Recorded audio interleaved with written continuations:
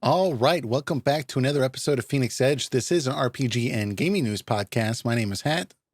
And I'm Eric. And I am Stan. And today we are going to be talking about Super Mario RPG.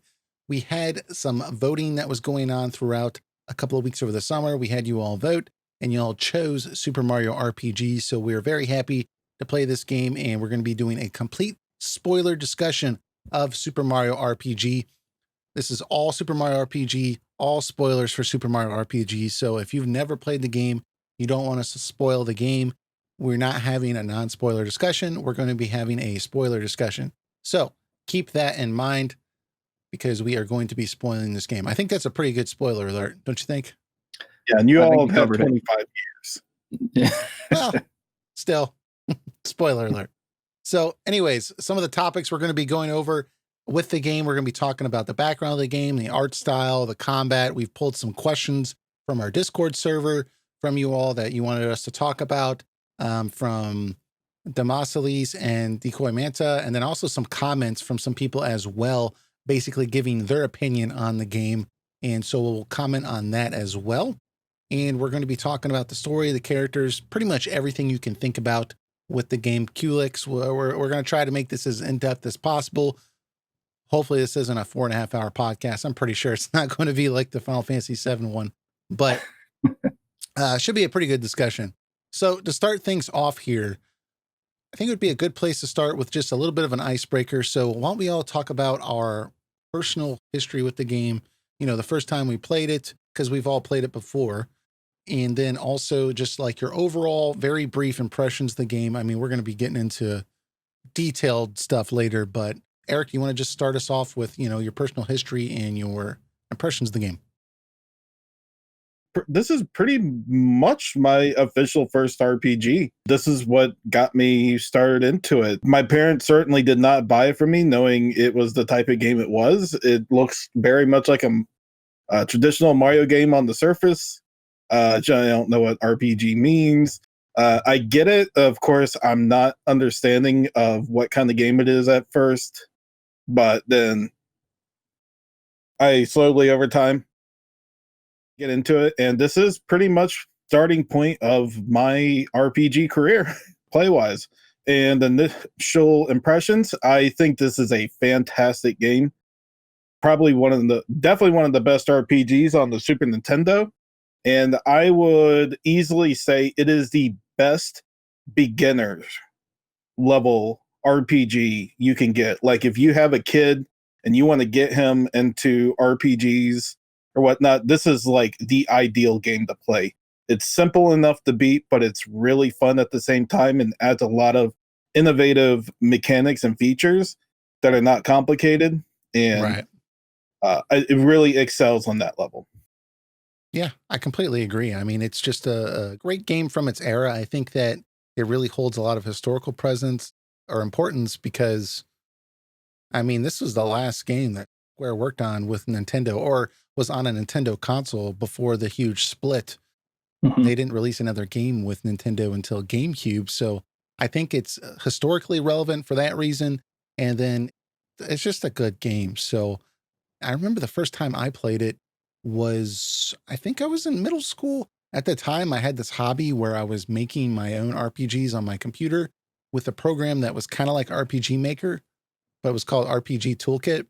And it was a lot of fun, but the problem was I can't draw worth a crap, right? I can't make pixel art. I've gotten better, but especially back then I was terrible. And so what people used to do is they would extract the tiles from other games by taking screenshots and then making tiles out of it and then make their own little adventures using artwork from other games. Whatever, we were kids, right? And so I used to look up SNES games to try to like, oh, that has a cool art style. Let me try and see if I can get this. And I just saw Super Mario RPG, didn't even see a screenshot.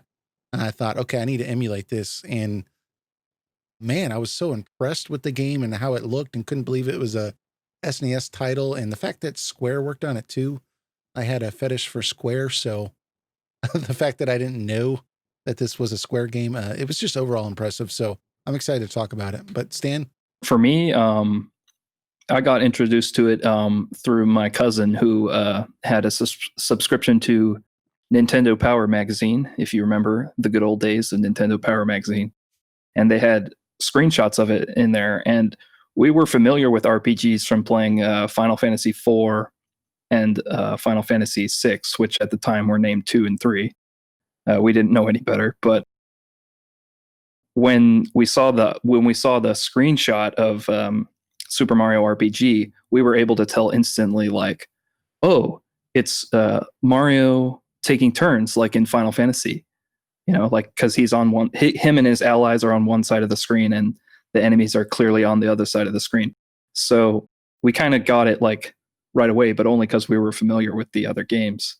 The art style and how it does the isometric view, like, really did catch our eye and was interesting, and we were like, it's in 3D, like it's more of like a 2.5, right, to like 2.5D. It's very impressive. Yeah, but and then he eventually got the game and we played through it together, like switching off the controller, because we were used to playing Super Mario World, and one person's Mario and one person's Luigi, and it kind of just made sense. Were you able to play the game like that, Super Mario RPG? Well, it was more like he would play Mario, right, and do the timed hit for him, and then like hand off the controller for me to play Mallow, and then I get to like do the timed hits for Mallow, right? We were young. We were like 8, I think, at the time, so. I was thinking that you're going to make the same rules. It'd be like, okay, I'm going to play Mario, and then when Luigi comes up, you get to play him. Oh yeah, we were kind of baffled that like Luigi wasn't in the game, and you could only like use Yoshi at a certain point, and he didn't like join you. Right. Like we were like, oh, Yoshi's got to join you, and we thought, oh, maybe they're secret characters. They're like secret characters. You got to find them somehow, Yeah. But yeah, that was how I got introduced to the game, and I played through it with my cousin, and it was a good time. That's an interesting way to play it. I remember I played this when I was a kid. I told my friend that let's play Armyman Air Attack. And I said, okay, you get to play all the ground levels. I'll play all the air levels. And the game's called Air Attack, right? Yeah, it took him like half the game to realize I was just playing. So, I was curious how this was going down with you all playing. If he only got to play when Mario died, which was like it basically boiled down to like I got to do the timed hits for like two characters, and he got to do the timed hits for Mario, and also everything involving exploring the environment, running around the world and such, Okay. And he bought the game, so I really couldn't argue, Yeah. like who gets which role. Yeah. But sure. I remember it was fun. Yeah. Let's jump into some of the background of the game, and we'll just kind of start this discussion off here. But some of the development with this game was pretty interesting because it was a collaboration between Nintendo and a game developer, Shigeru Miyamoto, who many of you may know was a iconic game developer, or still is, but he created the Zelda and Mario franchise, and among many others. So this was a pretty big deal that he was working with Square on this game. At the time, Miyamoto was very experimental with the Mario brand. He was trying to branch the Mario brand out into multiple different genres. So you're seeing racing games and sports games, but they still had not really tried an RPG, and he was always interested in giving it a shot. And Squaresoft at the time, this was before they transitioned to Square Enix. If you're not familiar with them, they're a developer for Final Fantasy. I'd be surprised if anyone's listening to this that doesn't know that, but I should probably point that out. So, Squaresoft at the time, they are having some great success with Final Fantasy on the Super Nintendo.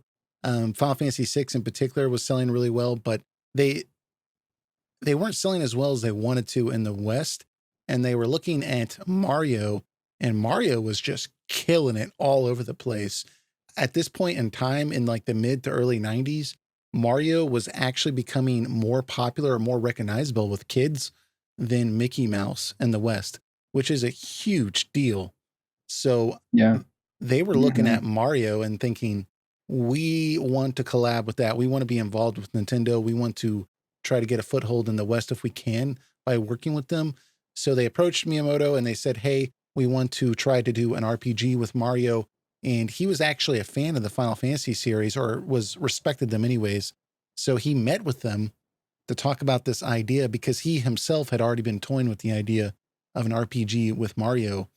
And it was kind of interesting because the original conception or original idea that Square had for Mario RPG, they showed some pictures and it was Mario with like a sword on a horse With and a cape. yeah, with a cape. And Miyamoto was just like, well, that looks cool, but that's not really, I don't like that for Mario. I feel like Mario would have a hammer, like a big hammer. And, you know, they went back and forth on some ideas and eventually they found some common ground and they ended up getting into an agreement to make this game. But Miyamoto was going to be the producer. And by producer, that meant that he was coming in 4 to 5 days a week to oversee aspects of the project. And his big area of focus for this game was, he said he didn't want them to ruin the Mario brand in the Mario world. So he wanted it to feel like a Mario game, right? Without being too crazy with it. Well, actually, here's a fun fact on top of that. They actually surveyed people during the development, both Square and Nintendo, and they asked people, would you rather have Mario more like a Final Fantasy character, or would you want Mario more like a traditional type Mario with like a hammer and using jumps to defeat Goombas and enemies in the RPG style? And it was overwhelmingly chosen the latter. Like they wanted Mario to be Mario. Makes sense. That's what he was known for. So I mean, so Miyamoto was definitely on point when he said it's you gotta incorporate more Mario into the game. Yeah, Final Fantasy, I guess. Yeah, I agree, and that's kind of where he was coming from. Was, hey, it needs to be recognizable as Mario, and so that's why he was so involved with this, because he wanted to make sure that they didn't just turn Mario into, you know, a Final Fantasy VI, you know, with these with all sorts of personal problems and everything like that, and you know, you got a villain that's killing a whole village of people and stuff like that, like we had with Kefka. Yeah. Sorry to be Mr. Fun Fact here, but they actually did do some pre-concept design with a 2D Mario running around in a top-down 2D field, similar to Final Fantasy VI. Yeah. And then when Donkey Kong Country came out, they were saying, or like it was either Nintendo or Square, I forgot. One of them was saying like we should really try to excel and go up to this level of 3D and use the FX chip. Well, we'll jump into some of the graphics in a little bit. But the being Mr. Fun Fact here. Anyways, please continue. Don't mind me. To disperse your fun facts across the whole podcast. Yeah. Mario's hat is red. Yeah. Anyways, nice. So the biggest thing that Miyamoto was worried about, though, was he wanted to make sure the game was fun to play. And so that was his two objectives. Make sure it's a Mario game, or it looks like a Mario world, and that it's fun to play. So what do you guys think about this relationship or this partnership between Nintendo and Square? I mean, do you all have any thoughts about this with its place in history and just, you know, the fact that we had this collaboration? It's kind of similar to when Square collaborated with Enix and produced Chrono Trigger, but this time with Nintendo. It was very nice. It's just a shame it didn't last long.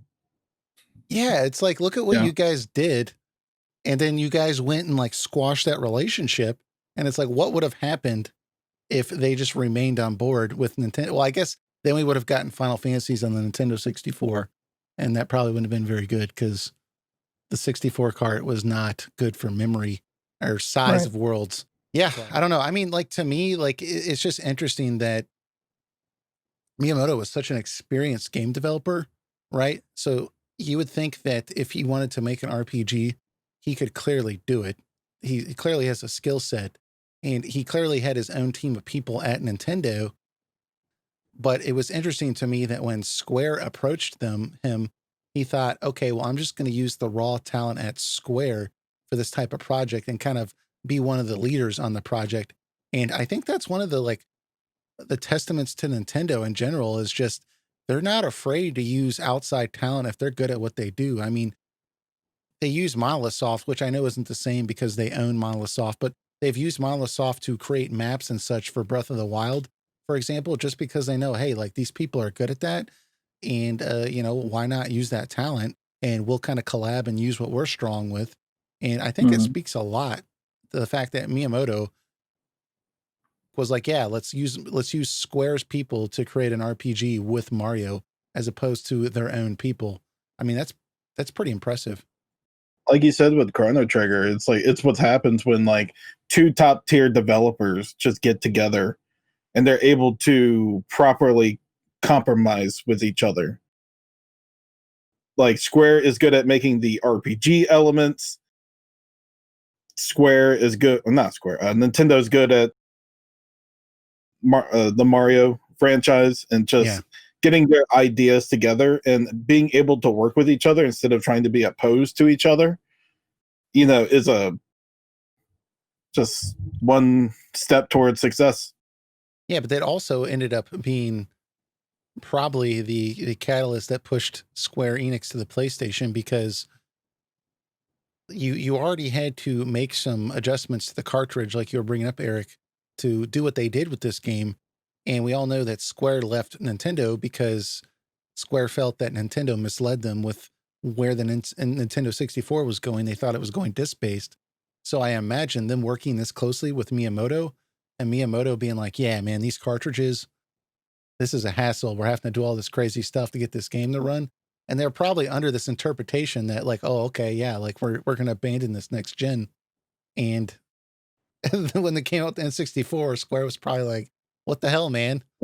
We just worked with you for like 8 months or a year, and like now you're going back to the same technology. I mean, it's not the same, but it's the same delivery with on the cartridge. Yeah. So I think even with that though, like I feel like Square benefited more from this partnership than Nintendo did, like in the long run, because you had, like you said, the Final Fantasy games were not really taking off in the West. That mhm. wouldn't happen until the PlayStation One era, and I believe Super Mario RPG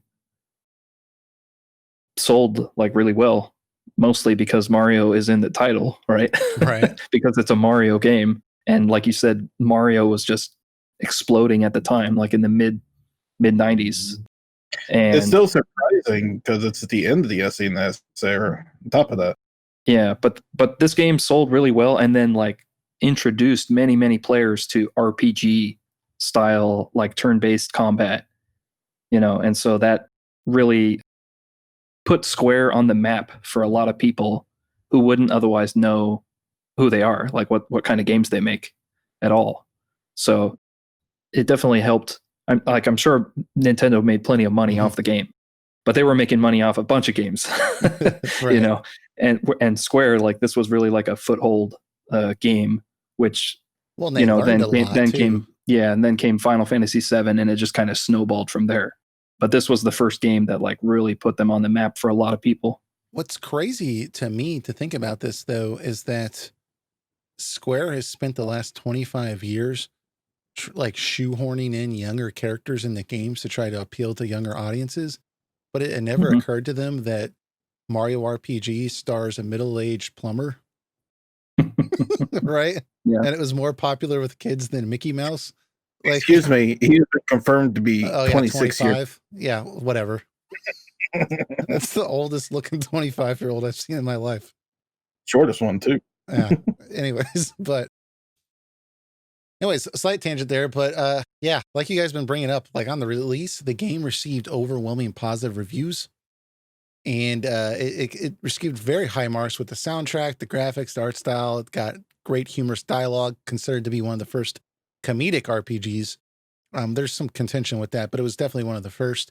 And then it was nominated for Nintendo Power's Best Graphics Award. However, Stan, like you brought up, it was kind of a late generation SNES game, and Mario 64 actually won the award for the best graphics that year. So it's pretty Huh. amazing that it was even nominated against the Yeah. Nintendo 64 game. That I mean, Mario obviously, beat Mario. yeah, Mario against Mario. So it's pretty crazy. that was even a consideration. And, you know, as we all know, this game regularly appears on top RPG lists of all time. It's pretty hard to find one without Mario RPG on there. So it's definitely an iconic game.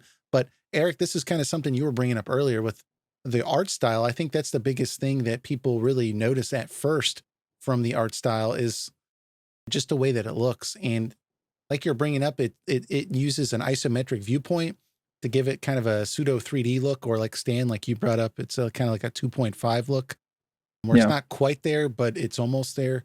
But they further enhanced the 3D look by rendering the characters in 3D first, and then they converted them into an isometric 2D sprite. So that, and they did that with a lot of the graphics in the game for the backgrounds too. They, you know, just rendered it first and then put it in the background. And so this made it look even more 3D than it actually was.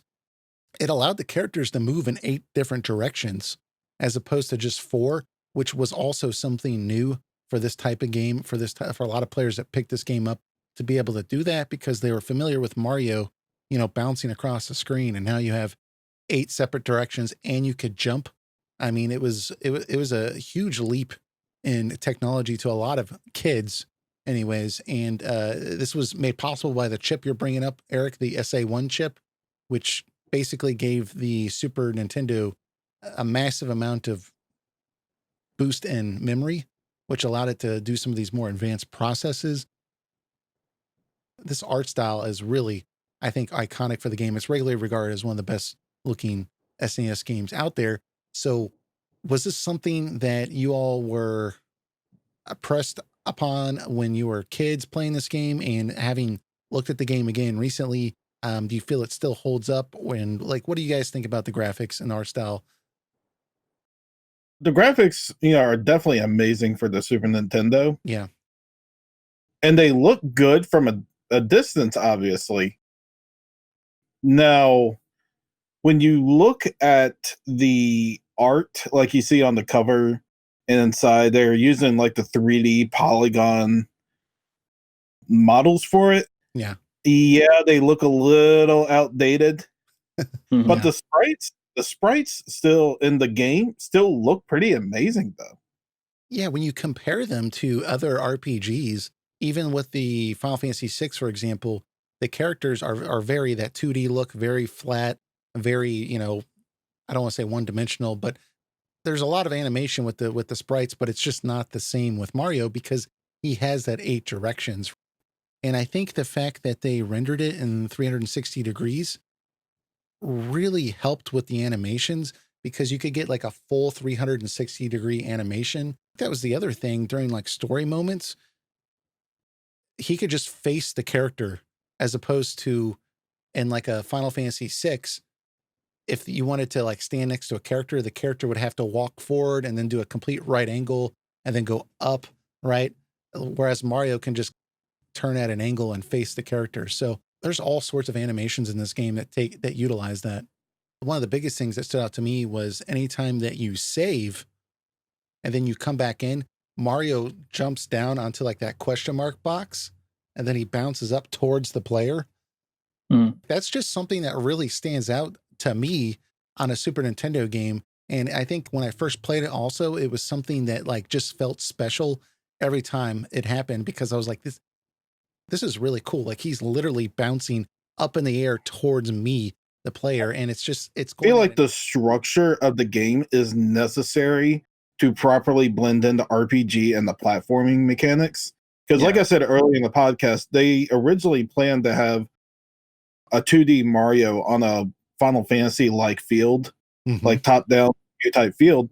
And you think to yourself, how can you perform a lot of Mario stuff? They would probably have to force him to be side scrolled in segments, you know, to get that you know, platforming part in, and creating this 3D isometric type deal. You had a lot more leeway to work in Mario like mechanics in the game, because the platforming in the game is pretty legit also. I wouldn't say absolutely amazing, but I think they were able to incorporate enough platforming to feel like a Mario game, and then incorporate the RPG where it matters with the battle against the enemies.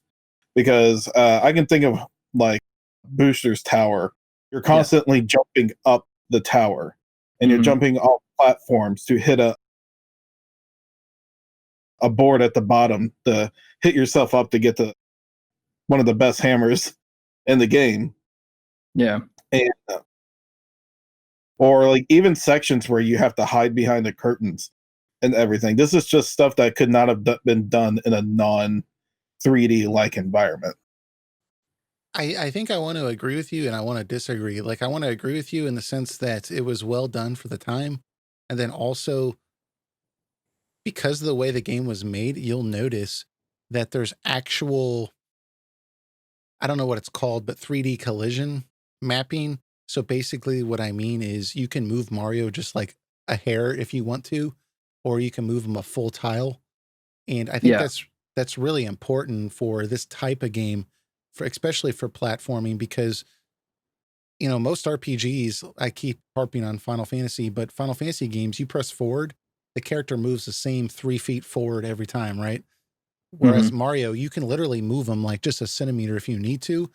And I think that really makes the gameplay a lot better for those platforming elements because you have that nuanced touch.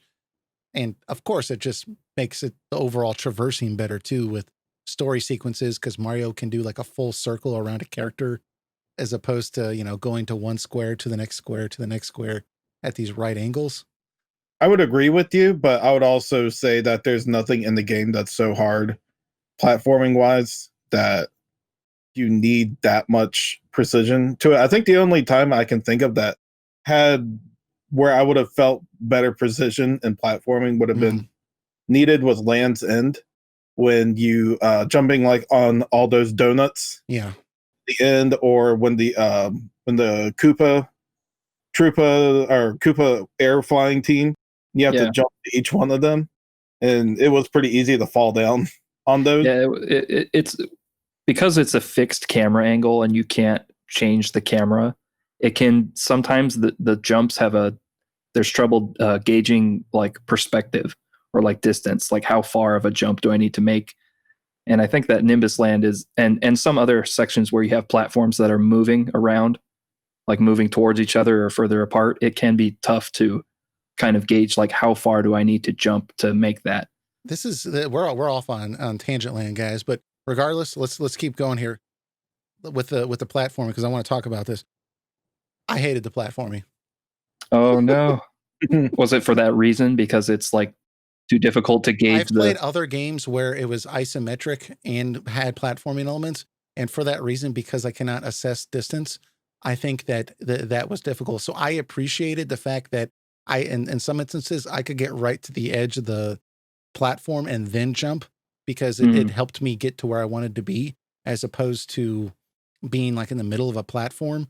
But there were instances like you brought up where you're jumping on the turtle shells and I couldn't tell the distance, or honestly going to Nimbus Land, kind of platforming but not same concept when you're climbing those vines. The vines, yeah. I could not tell where the freaking vines were, and I would get to like the very top and then I would miss the last one and then he would fall all the way down. And I'm like, dude, I have to do this over again. And so that's why I'm in mixed feelings with what you're saying, Eric, because on one hand, I agree with you. If it was just 2D playing field, like a traditional, Dragon Quest or Final Fantasy game, it would be difficult to implement, to show the height when they jump and to be able to accurately do that without it being side scrolling. So you kind of had to do it this way. And so from that point of view, the way they did it is actually pretty good. And I'm glad that they incorporated those Mario elements into it. However, I think it hasn't aged well. And I think that like literally any other 3D platformer is just so much better because I can properly assess the distance, because there were so many times where I just completely missed the platform. The saving grace was there's very limited penalties here outside of your time. It's not like I'm losing all my gear or money or something like that. Or yeah, that's what I go back to saying. It's mostly precision platforming that has issues in the game. Yeah. that I can agree on. But I think the general concept of verticality in the game through a 3D scope was very well done. Like I go back to the Booster's Tower example again. You're jumping, I'm not talking about like precision platforming. I'm talking about just like traversing through the place instead of just walking through flat terrains and rooms, or, you know, finding a icon that represents stairs to go in, to go up the stairs. No, you're doing what Mario does. You're jumping from platforms up the stairs instead of just simply walking upstairs. Yeah, that's a good example because, like you mentioned, in in a game like the Link to the Past, if you're in a dungeon, they can only convey like you're going up, right? By you walk through a door that has like a staircase icon that like is a up facing staircase icon. You go up and basically you go into another room. It's meant to be like above the room you just came from, but it doesn't really feel like it, right? Because you don't have that sense of verticality in the gameplay. Like you're not jumping up there. But then on the other side, the 2.5D that they used for Mario also allowed them to build towns, like conventional RPG towns, right? Because it's both a platformer and an RPG.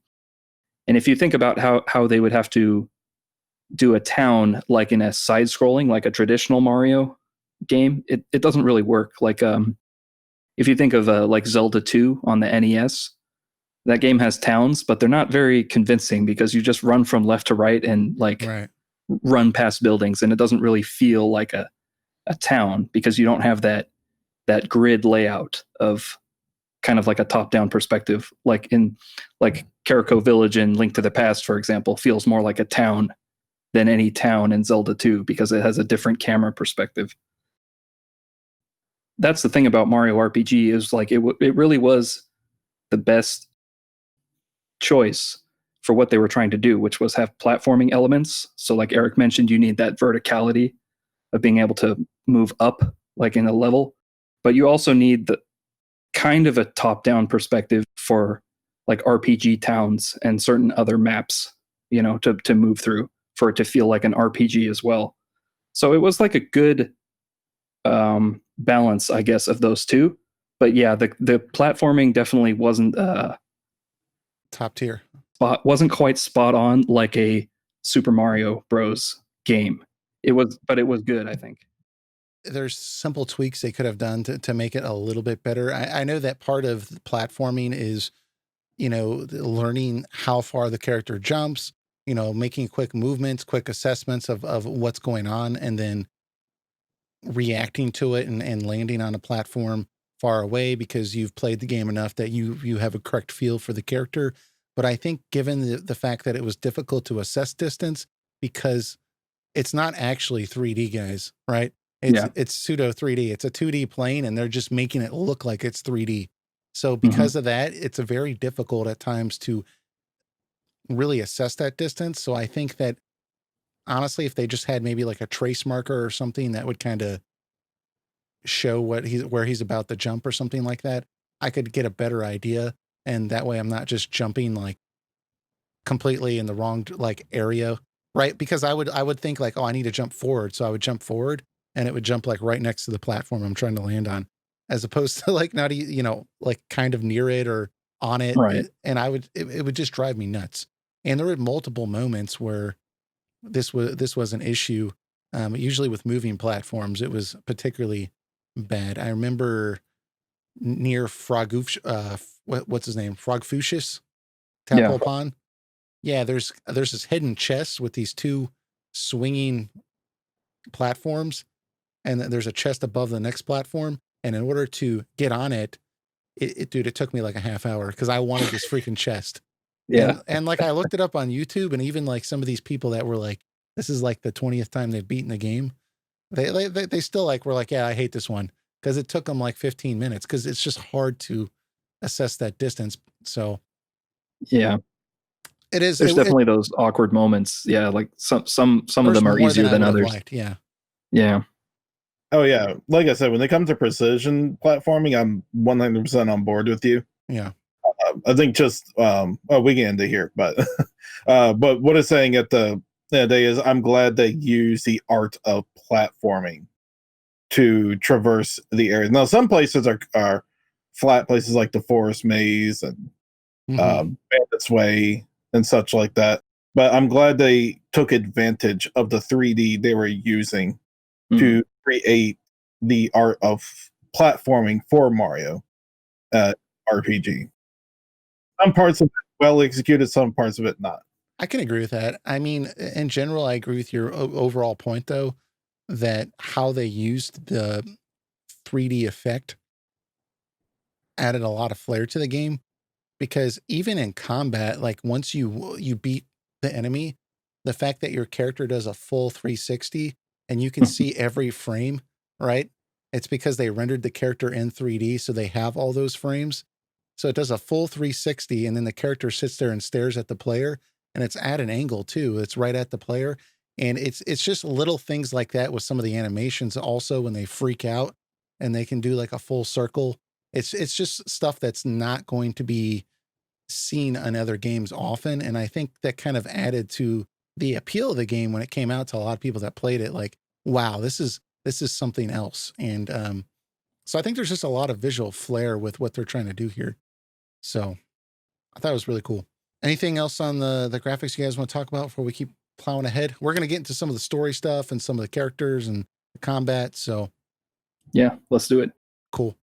So now, I do want to point out one thing. Okay, cool. Since you brought up the characters and frame rate, I do wonder if they had to redo some 3D models for localization, because Bowser has a very different victory pose. Oh, does he?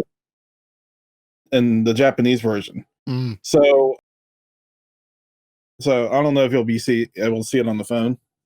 I can't see it. Not really, no. Too bright. I can kind of see the one where he was crying. Okay. Oh, okay. So now it's loading something. He was crossing his arms. Okay. Yeah. Right. He's doing the up yours symbol right here. Oh, yeah. They definitely had to re-render that. Yeah. Yeah. And then the other game, he's just going like, like that. And so I was thinking to myself, like, did they have to redo the whole entire thing just to get him to, do a different victory pose? Yes. I think there's a lot of other censorship stuff, but that's the only one I really remember. Yeah. That's funny. That's really funny. Yeah. It's kind of like, oh crap, we should have probably thought of that. Yeah. But anyways, onwards to the next thing we're talking about. It's all good. It's all good. That's an interesting fact. Fun fact. Yeah, man. All about it. So the premise of the game is pretty interesting. If you just to kind of familiarize everyone that's listening to this, the general story of the game is that you have this antagonist. He's named Smithy. He's the leader of the Smithy gang, right? And he travels between dimensions through a gateway called Exor, which is that giant sword. Basically, he conquers other worlds he's encountered, and he's in Mario's world now. And he plans on world domination. And the only thing that can thwart this domination is the power of wishes. So as a result, Smithy has destroyed Star Road, which means that people are unable to make wishes upon a star, and their wishes turn into stars, and then shooting stars mean their wishes come true. So he feels like this is the only thing that can overcome or thwart his plans. And so he destroys Star Road. And now he sends out Smithy's gang to collect these star pieces so that no one can restore Star Road and therefore overcome him. And Mario ventures forth to collect the star pieces, or 7 stars, and make one large star so that he can overcome Smithy. It's a little bit messy because you don't actually get the last star until you beat Smithy, which makes me scratch my head like, well, I guess Smithy was wrong. But regardless, it's something to do in the game. But this is a unique concept for a Mario game at the time, because this is the first game that puts Bowser as an ally, right? And a new enemy has appeared. So what did you guys think about the premise of the game and this idea of introducing a new enemy and putting Bowser as an ally? Absolutely amazing. I love it. I mean, even the game starts off like a traditional Mario game. You go to Bowser's castle, you're fighting Bowser. It's a remix of the final battle theme of Mario Bros. 3. and you defeat him, and it's like you think it ends up with the Mario saves the princess type deal, Mhm. and then like a whole new element of Mario comes out of nowhere and just changes like everything that you're accustomed to in the Mario game. And it's so fascinating to see how we actually get to see something different and how Mario and characters within this universe or Mushroom Kingdom react to something like this. This is kind of like the first time we've gotten something like this. And it's just really fun to see that. And like you said, we even get to a point where Bowser joins us because we have a mutual. He wants to get his castle back from Smithy. He went on vacation, Eric. Oh, right. He went on vacation. Because the original premise is, or motivation for Mario is he's trying to find Princess Peach, who he thinks is still at the castle. And then the concept of the stars happen when Gino joins your group. Mm. Then it starts like upscaling, escalating from that point. And then weird enough, the game, like you said, is filled with comedy, but it gets surprisingly dark and crazy at the end of it, like you expect from a Squaresoft game. Yeah. And I'm very impressed that Mario was willing to go bring in some dark elements. Yeah. Okay, not so much I'd call it a dark game by any, No. but there are some dark elements added that I was surprised that came into the game. But overall, the stories, it's still a simple story, but it's still a really fun story to go through, and it's an awesome twist to what you usually expect from a Mario game story wise, and it just nails it from there. Yeah. It's got that square treatment to it. Yeah.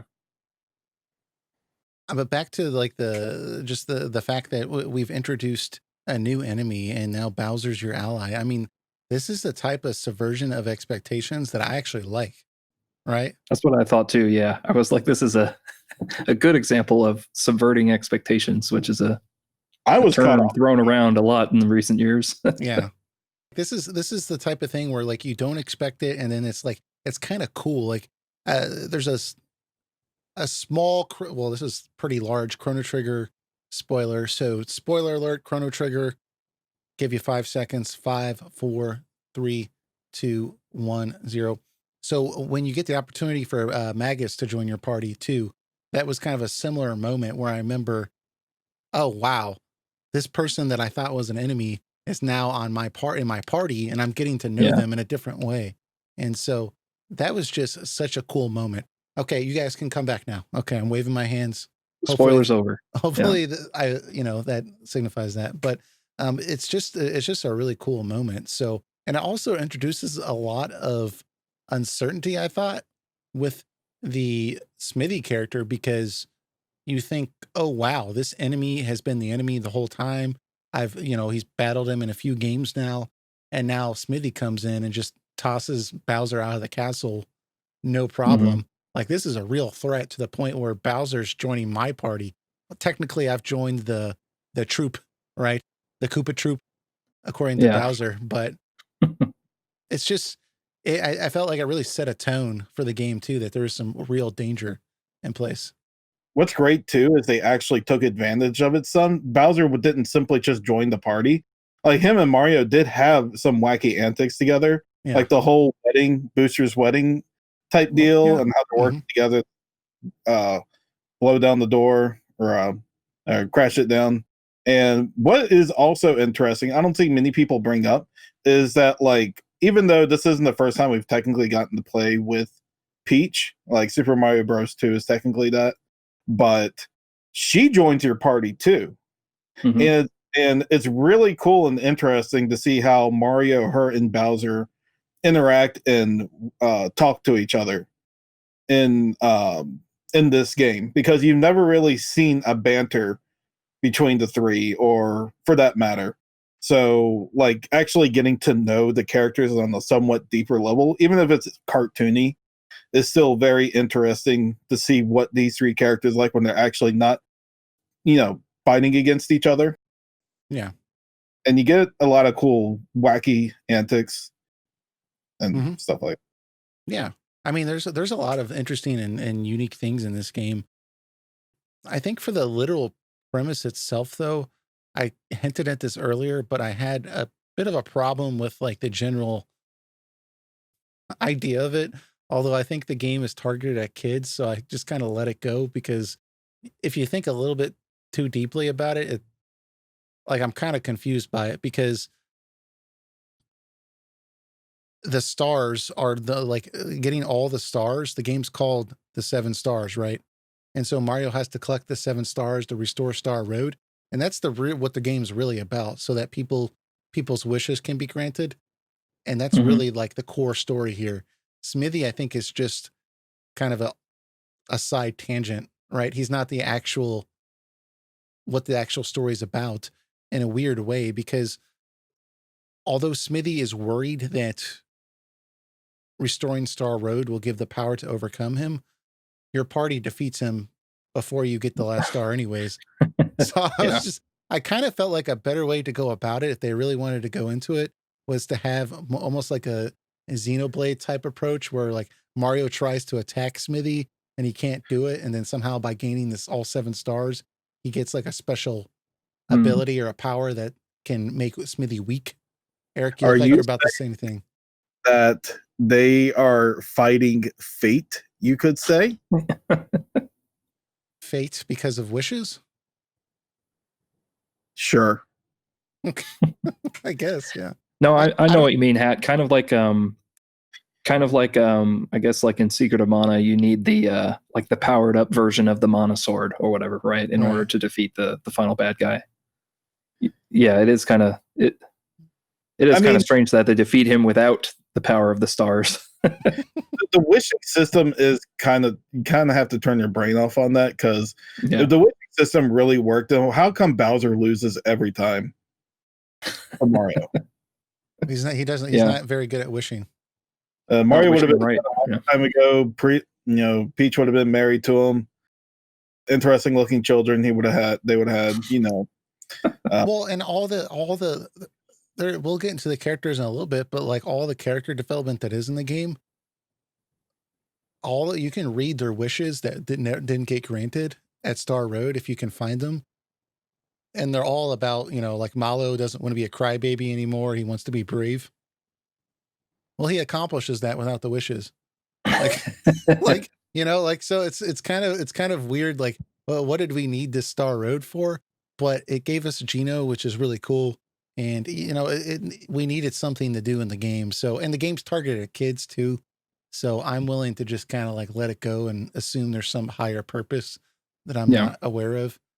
I assume there's deeper lore, and they have a democracy up on Star Road, and they decide what wishes are allowed and not allowed. And they just, for our benefit, they just cut that part out because it would have been boring. The politics of Super Mario. Yeah. Yeah.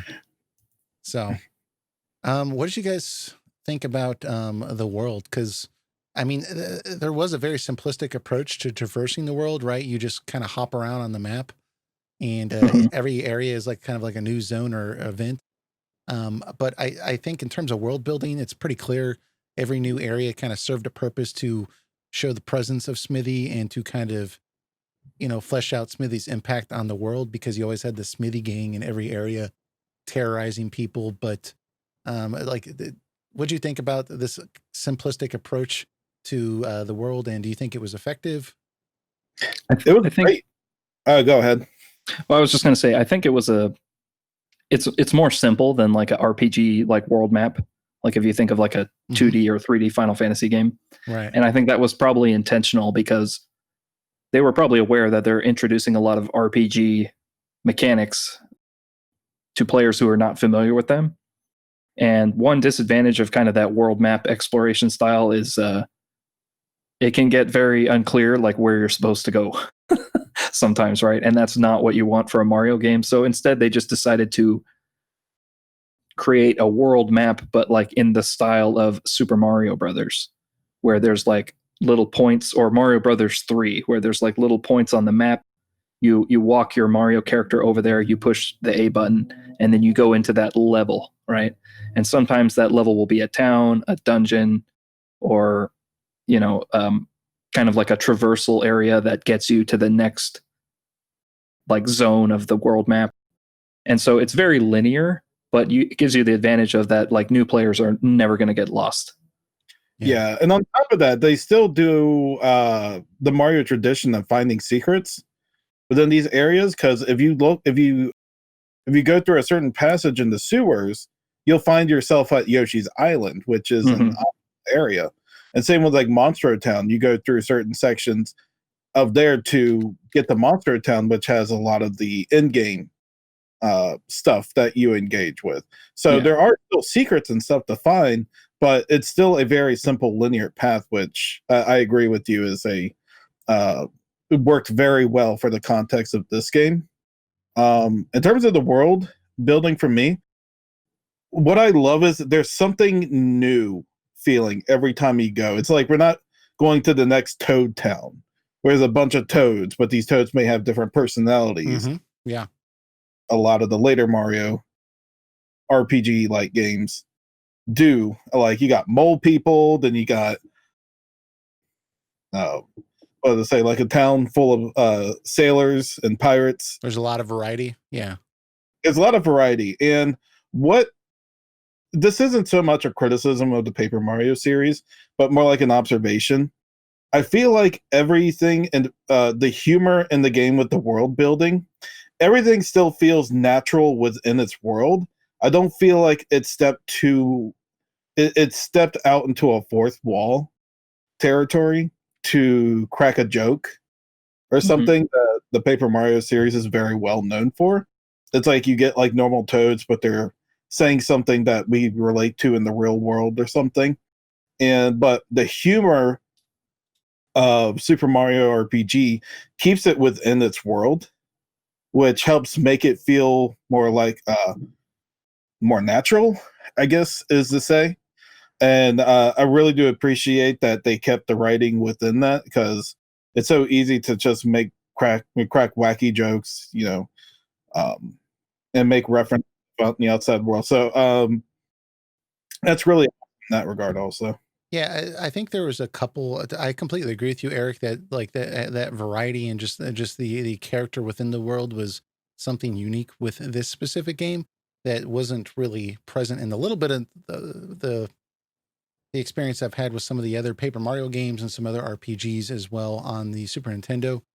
One thing to kind of tack on to that I think is relevant is when you walk around this world, while the towns sometimes feel a little bit interchangeable in the sense that like a lot of the architecture and stuff, it's a SNES game, you're going to have that.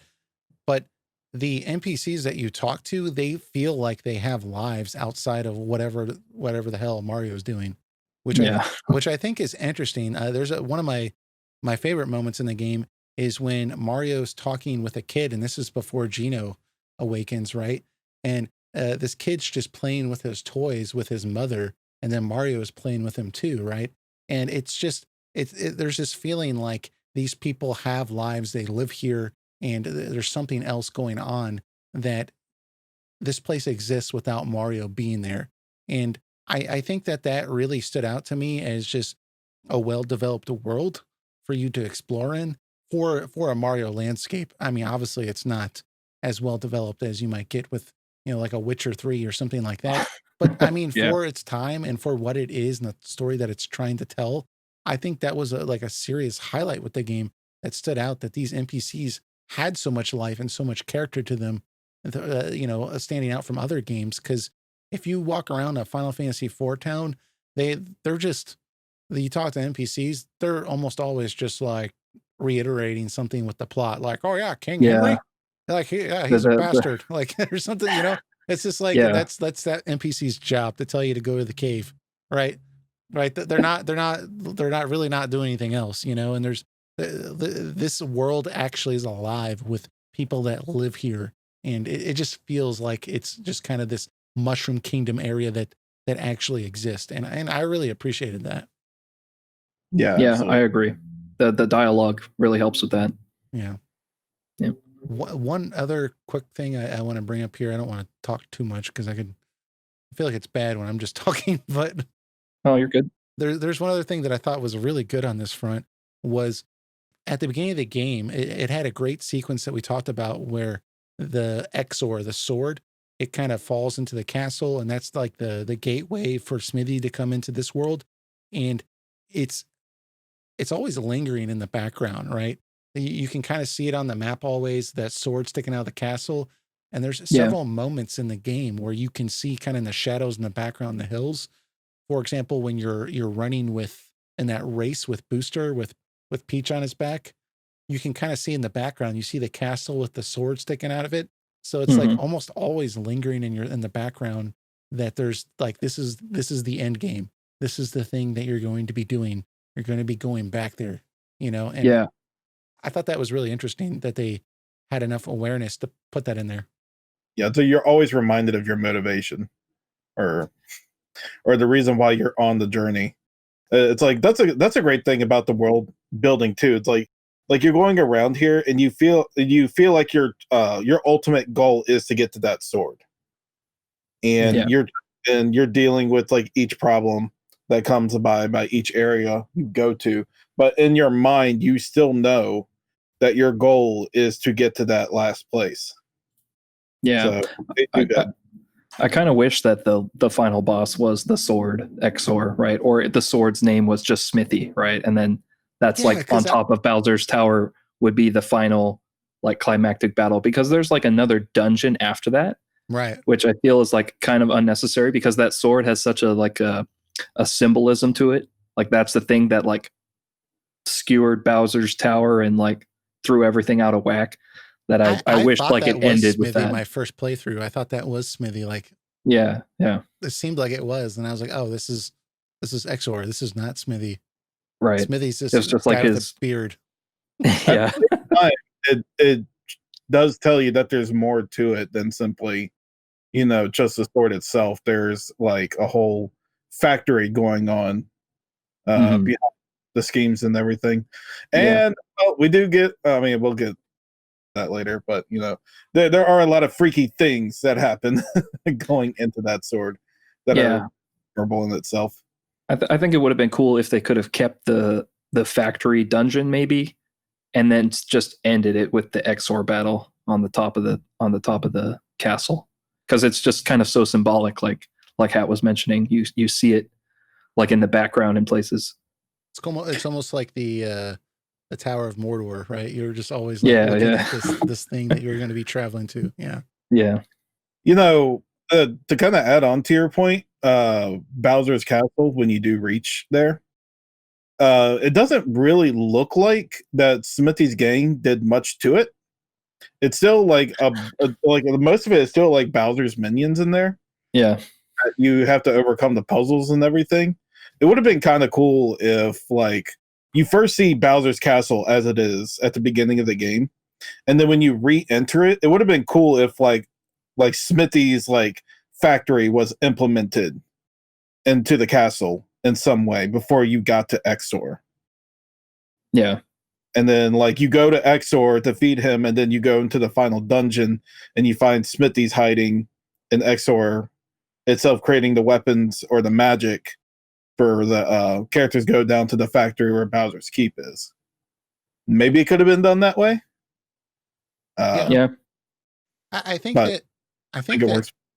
yeah, I think that like what we're kind of getting on here is, and this is kind of the next thing that I was going to bring up is, like, what do you guys think about like, some of the dungeons? Because to me personally, I thought there was a lot of interesting aspects to the dungeons that kept them like a lot of different puzzles and different things for you to do. But Stan, you were kind of bringing this up a little bit that some of the dungeons, I think, despite this being a shorter game, felt like padding or a little too much to me. Like some of them were like a tad too long, or there was there was too much in my way to get through it, and mm, it kind of dragged certain sections out that I don't think it wasn't all of them, but some of them were a little long. Some of the end game stuff was a little long, which is pretty normal with RPGs. But another one was the forest maze. That one drove me nuts. I ended up just Googling that and like, okay, I can't remember how to get through this. Let me get But through it. What's that? it has the best music. Oh, it does have great music, but Yeah. that's only gonna carry me so far. I will say on the dungeons though, I think one issue definitely, especially in the filler ones, they all tend to kind of look alike. They're like sewer like dungeons, like you go through Karo sewers, and then there's another sewer level after Rosetown, and then there's one when you're trying to get to Monstro Town. There are a couple of them, so some of the dungeons blend in with each other, and it does make them feel like filler. Perhaps maybe it's because of like constraint of how much assets you can put in the game. But I thought there's this decent amount of variety, right? I mean, we had the sunken ship, which was Mhm. kind of a cool dungeon, and you're walking underwater for a while. And you are right, there are a lot of like sewer underground areas, but we had the forest area, then we had like a kind of like almost like a temple type thing. And there was, I think there was some variety, but I guess you're right, they could have done a little bit more. I will say those are dungeons that had a purpose along Mm, with them, like a yeah. strong story purpose with them. The ones I'm referring to are like pretty much like literal filler dungeons. Like they don't have any important story moments. It's just like an area you have to traverse Right. on the way. Yeah, to So get to the next zone. like because dungeons like Booster's Tower, Are awesome. Moleville Yeah. with the cards, like there's something different going on each of those unique dungeons, and that's really awesome. To make it feel those filler areas a little less filler like, I probably would have probably just done something a little different than sewers almost each time. Yeah. Yeah. Yeah, something that I think is really a good aspect of the dungeons, though, is about halfway through, like a lot of them, you'll hit a chest and you get a star power up from like Super Mario Brothers, Mm, where it turns your character invincible, and they purposely put like a bunch of enemies in your way, so as soon as you hit it, you can just like run through and like you're just knocking out these enemies, which are all counting as individual battles. You just don't have to get in battle and go through the task of, doing the combat. And that's like pretty good to have like in the middle of the dungeon, just as something to mix things up. And then you also get rewarded with the experience points, like as if you fought the battles. And that's just like a fun little thing. Like it's combat, right? But you're interacting with the enemies in the way that you would in Super Mario Brothers, since in this game you can't jump on enemies to damage them or kill them, yeah. but you can still get a star and just like plow through them. And so like it's a simple thing, but it's like satisfying, and you're also rewarded for it as if you fought the actual battle. And so I think that is a good, cool thing. And I noticed it's like right in the middle of the dungeon. So I think they did that on purpose because they knew like, okay, even with the timed hits, even with like the experience and the equipment system, like some people are going to get a little burned out, right? If these dungeons are too long. So we need to mix in some platforming, put in like the star power up, try and mix it up to keep the flow of the game going. So it's not just only turn-based combat over and over and over. This I think is that's another compliment I would give. Just a quick take is that sure. I don't think there's any dungeon that really overstays its welcome. I think each dungeon is relatively fast to get through.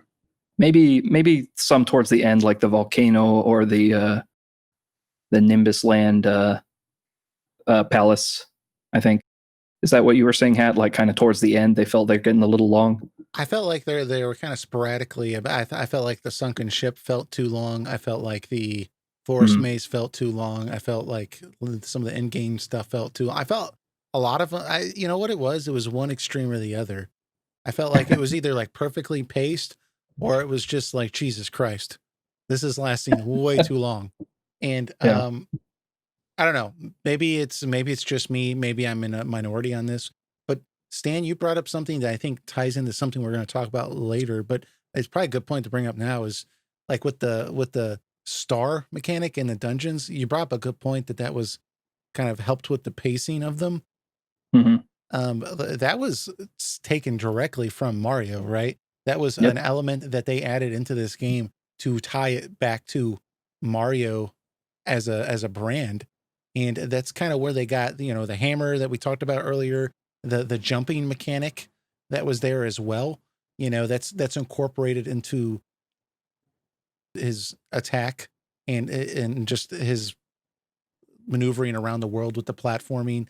Like you said, the superstar invincibility, collecting coins, is a big Yeah. part as well.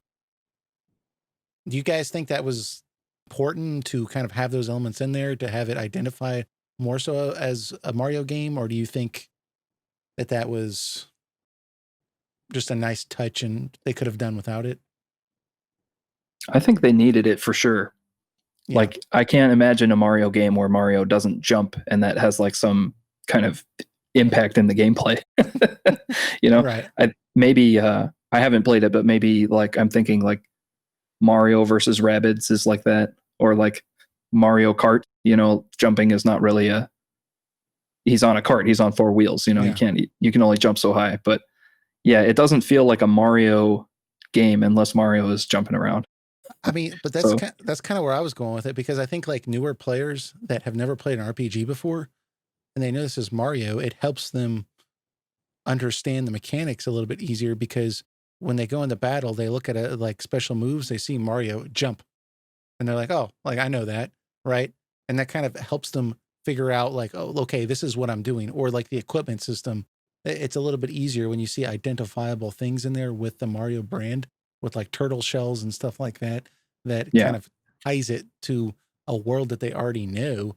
And it also makes it just feel a little bit more familiar. That way you're not getting that effect like they had with the Link, the Faces of Evil on the Philips CDI, right? With that off-brand Zelda game, where it's just like, what is this? This doesn't feel like Zelda, right? You know, it kind of it just makes it feel like it belongs in the universe.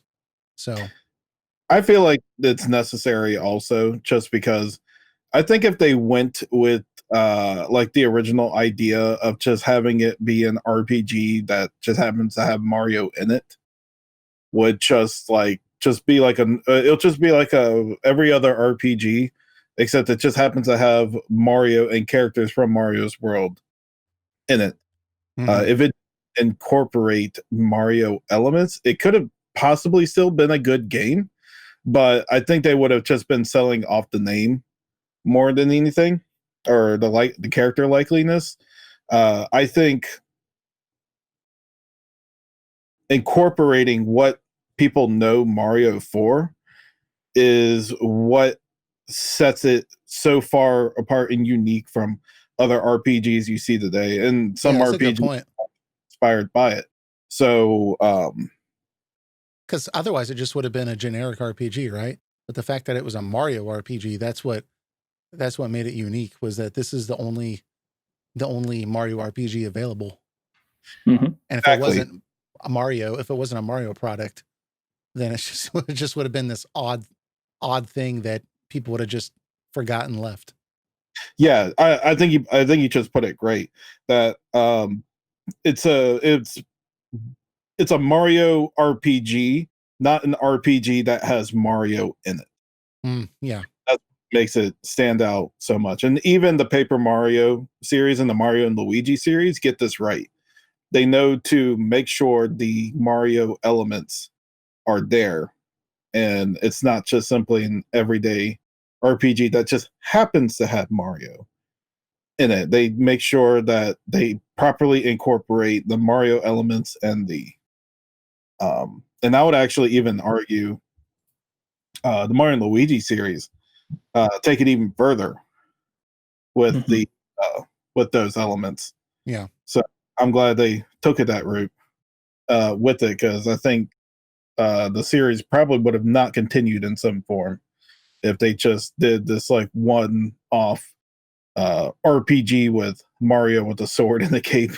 Yeah. And he was it was basically like and the other thing too is they made Mario, well, we can talk about, well, we'll talk about it now if we want, but they made Mario a silent protagonist too.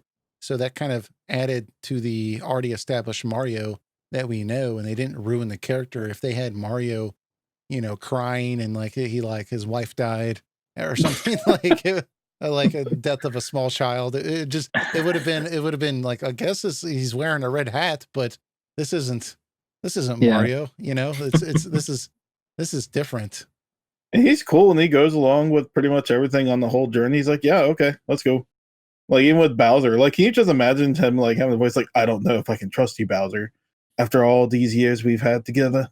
Joining hands with you, I just don't know. Yeah. This game is on that note is really well known for being a comedic RPG, right? And that's something that people routinely bring up. So I was curious if there was any humorous scenes that stood out to you that you always remember. I could think of quite a few, but I want to hear what you guys have to say. Now that you bring up the silent protagonist thing with Mario, Yeah. I find it very humorous when he explains everything that's going on and so far in the game, and Yeah. like he turns into different characters to explain it. And like I love the part It's like where he jumps charades. up and he like puts his arms out like this to look like the sword, and he crashes down. Yeah. Like, when he does those explanations, it's really funny. Yeah.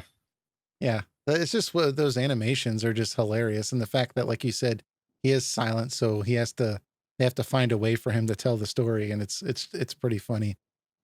I really enjoyed when at Seaside Town, you come back with the star that you just got from Johnny in the sunken ship, and the Smithy gang's taken over the town, and they want Mario to give up the star.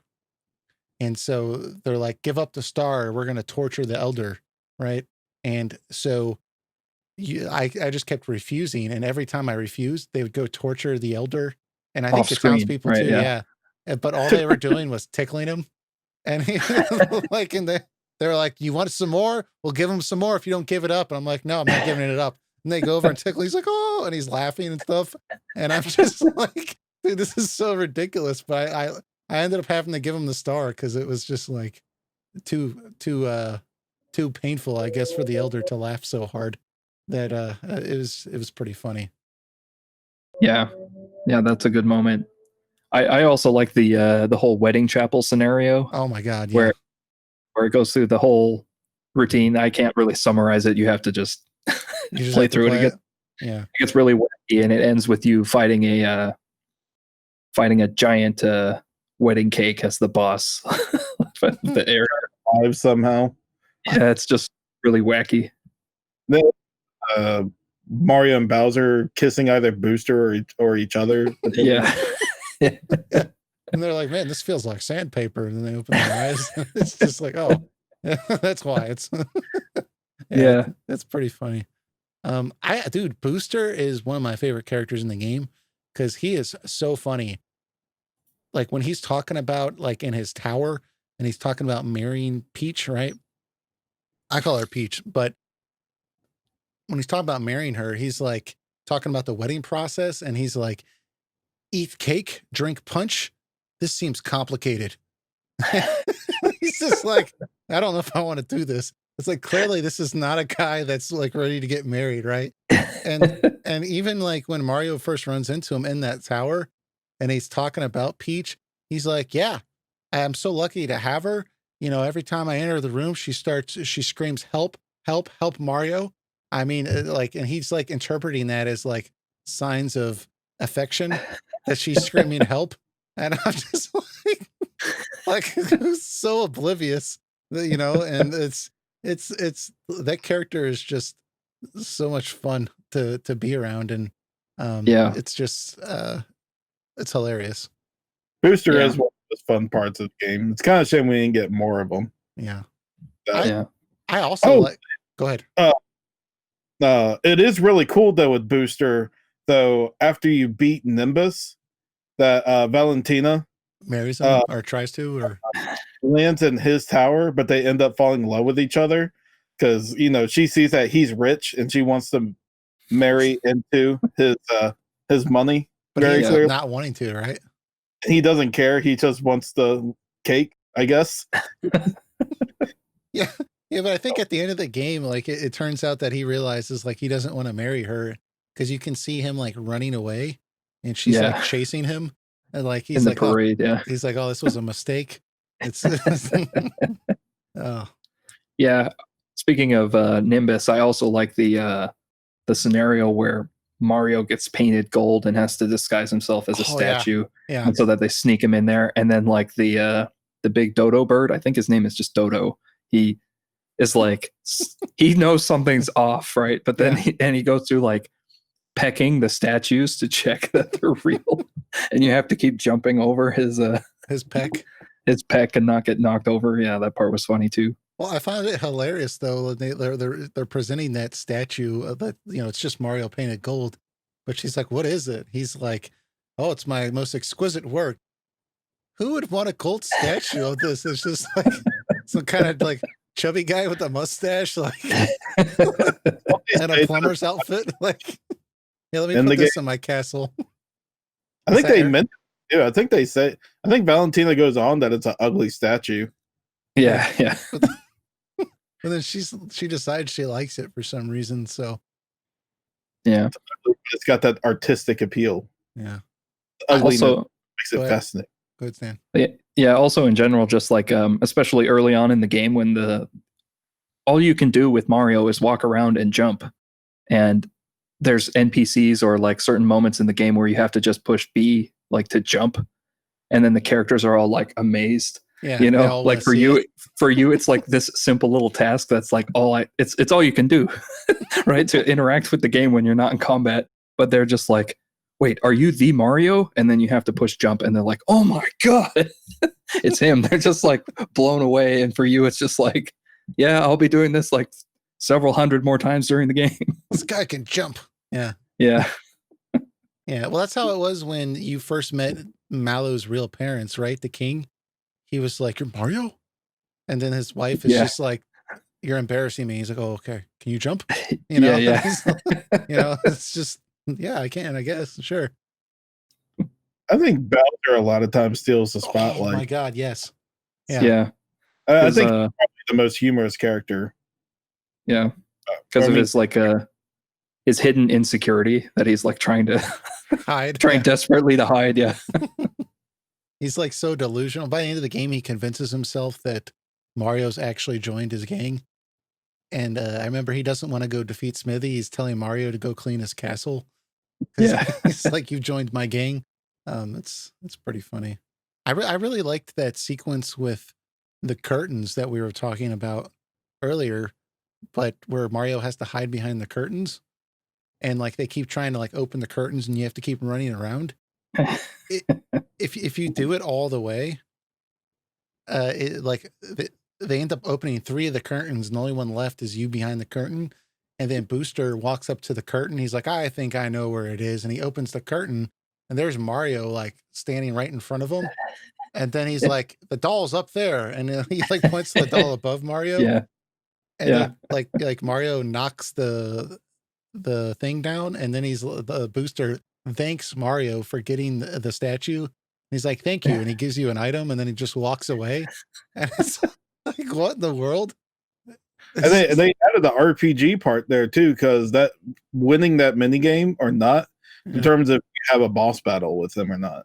Yeah, because Yeah. if they find you, legit find you, it's a boss battle. Yeah. You still have to do one after that, but Mhm. it's one less boss battle you have to deal with. Yeah. So this game is just hilarious in a way that I don't think has really been done before. And I like, because most RPGs were like, if you look at the artwork that Square was putting and Dragon Quest was putting on their front covers for their games, they're putting these very serious Western looking like Dungeons and Dragons covers with like very like realistic looking dragons and like, guys like with a giant shield trying to block the fire because it was really gritty and serious because that's what the West wanted.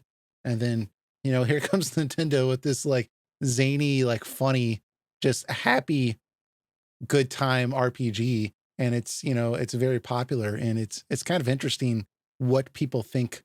I guess they weren't wrong because those games all were popular in general anyways, but it's the fact that they thought this other way of doing this wouldn't be popular, and it actually was. Yeah. It goes back to what I was saying earlier too, that the humor stays within the realm of its world. Mhm. Not like Paper Mario where they ask you to take yourself out of the game for a minute to laugh at this wacky thing that's going on. Like they keep all the humor within the realm of the world and its rules. So I appreciate the writing was spot on at the point. It's not saying what Paper Mario does is bad. It's very humorous and Right.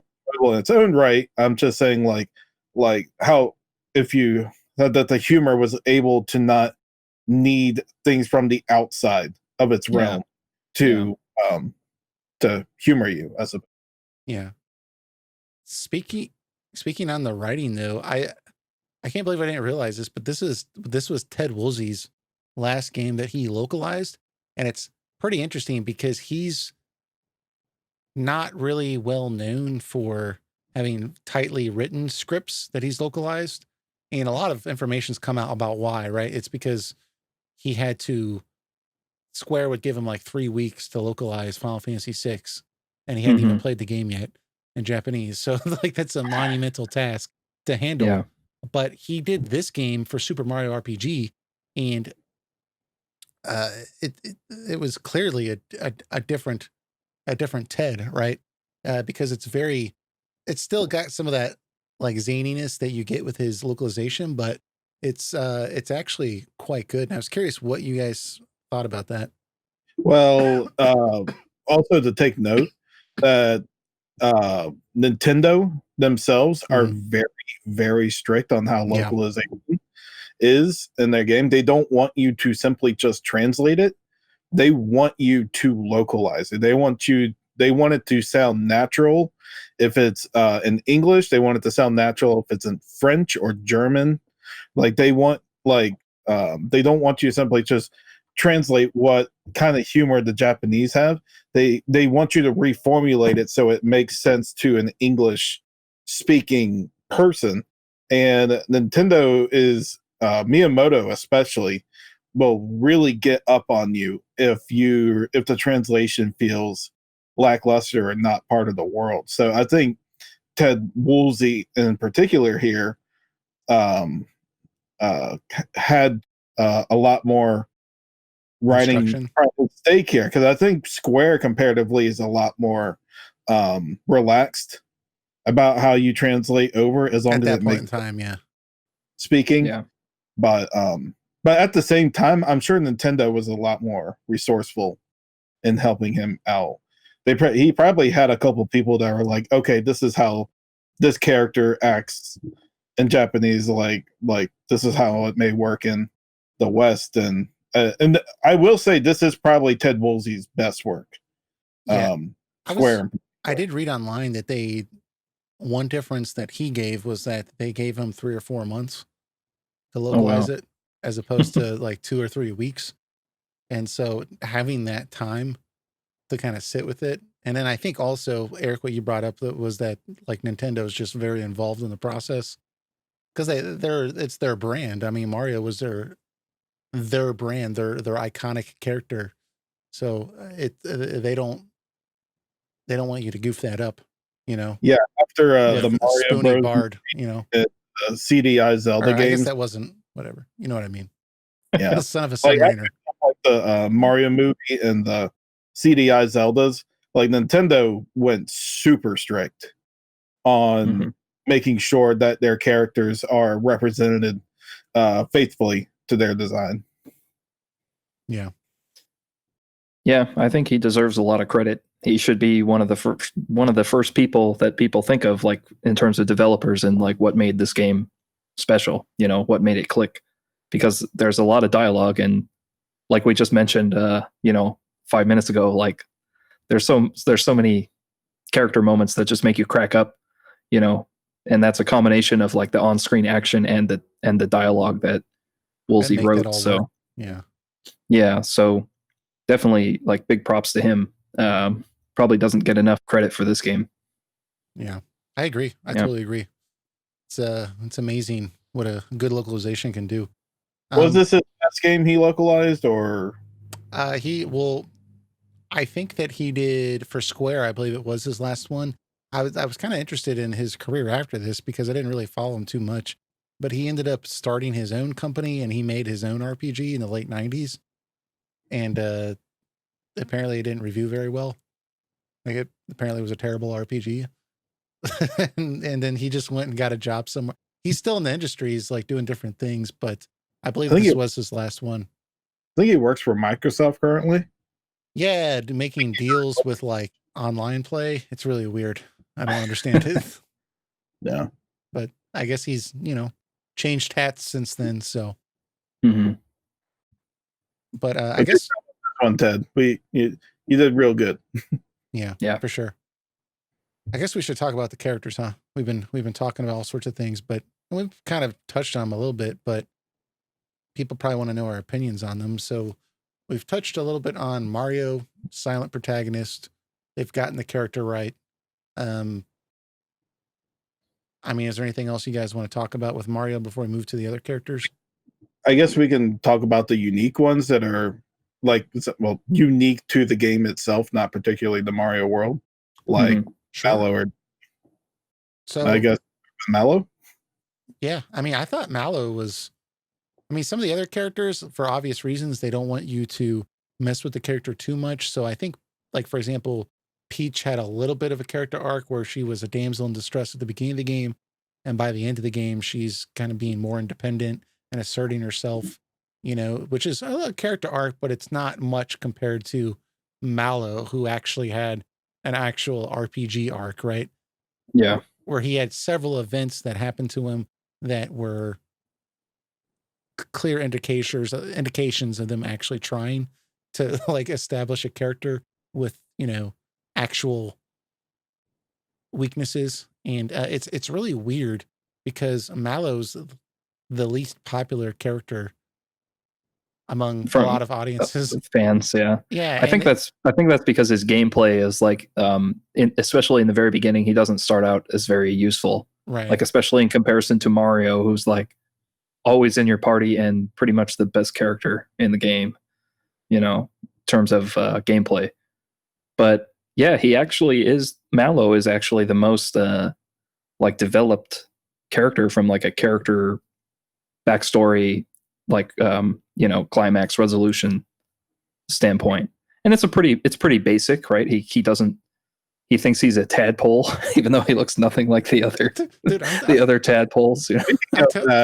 When I first played the game, I was trying to figure out what Mallow was. I thought he was like Kirby or something. It clicked after it started raining, and I was like, "Oh, he's a cloud." Yeah. I think that was part of the problem, that people didn't like him because he referred to himself as a crybaby, and he would cry, and then like it would rain, and I think that people were like, "I don't like this character. He's crying." He cries. And stuff. Yeah, like, he's lame. Yeah, but like, I thought he was popcorn. What's that? You thought he was popcorn? Yes.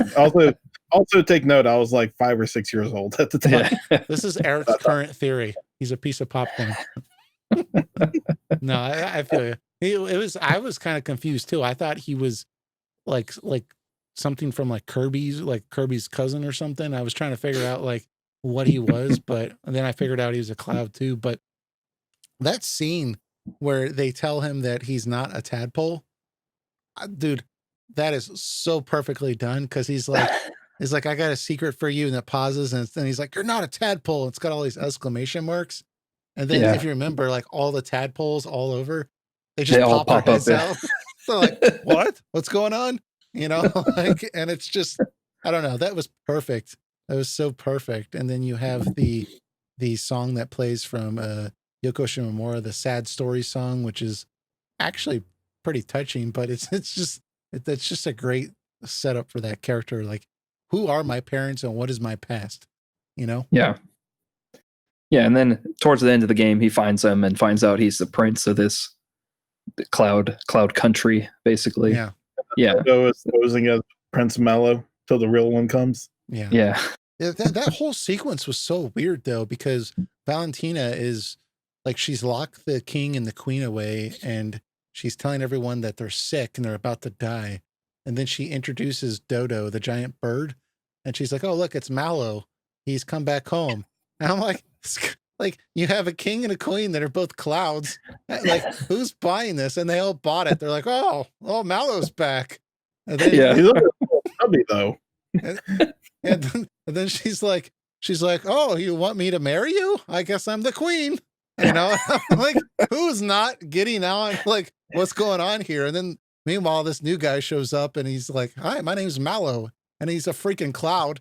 I'm just like, I don't know. It seems like these people are kind of dumb. Mallow for a long time is the primary healer. Yeah.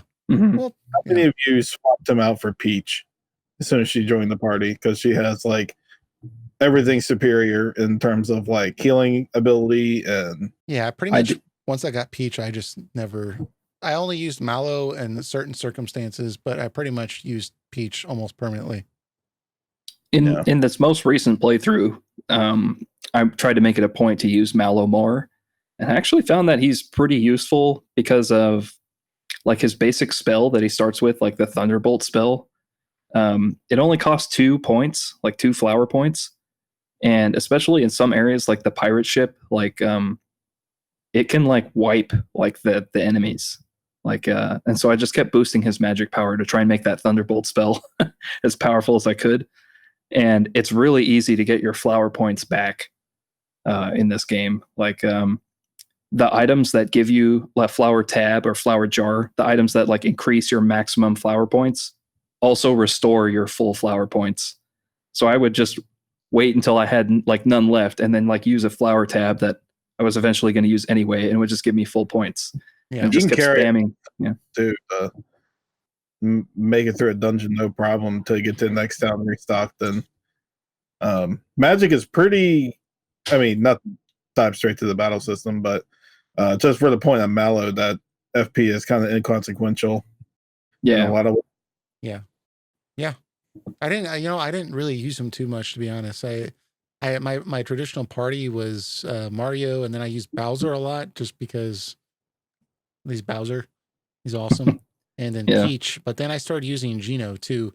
Geno is just really powerful in the beginning of the game, and then towards the end of the game, he starts to kind of level out a little bit, and he's not quite as powerful, but he's got some really good like elemental attacks, and he's able to boost a lot of your strength. So I found him really Oh, yeah. useful for that. Mhm. But people are really obsessed with this character. There's a huge movement to try to get him in Smash. I saw where people were really upset when they put a Smash costume of Geno instead of actually putting Geno in the game. Hey, getting denied Geno is just a Smash tradition now. which is kind of cruel in a way, but Also funny. yeah, he's a really cool character though, in the sense that he's kind of got a mysterious background to him, almost in the same way that Vincent had before they did Dirge of Cerberus, where he just kind of seemed like a cool character until they told you what his background was, and then it was like, oh, well, this is you kind of goofed it up. But very level-headed character. He's kind of got this background where he's a star spirit, I guess, and he's manifesting himself in physical form in a child's doll. I thought it was kind of cool that he chose the doll that he thought was the most powerful, and the reason he decided it was most powerful, because if you remember in the scene where the kid's playing with the dolls with Mario, the Geno doll has a gun and it shoots Mario and it knocks Mario out. And Geno sees that and he sees, oh man, this doll is pretty powerful. So that's why he chose that doll, because it knocked Mario out. And I thought that was pretty funny that that was his pragmatic way of choosing it. But Star knows how effective guns are. yeah, well, he's a cool character. So, I don't. He is very cool. In terms of like Smash Bros, though, if we have to, it's a meme that he doesn't get picked for Smash Bros ever. But if you have to look at it realistically, he's still a very niche character. Yes. Within the sub series, and the people who cry out for him are not as much as you think. Well, I was seeing some just YouTube loud videos that said that like he was like in like polls and stuff, he's been like consistently like number 2. Huh. Yeah, but these are still Smash Bros fans in particular voting these things. Yeah. Well, I thought maybe part of the problem is, and we don't have to go super deep on this, but we can a little bit, is But part of the problem was that apparently Square has said they still own Geno. It's not a Nintendo property. Square owns that character model and that character. So I don't know why that would cause a problem other than perhaps they don't want to pay the licensing fee for that character when they already are paying it for, Cloud and Sephiroth, right?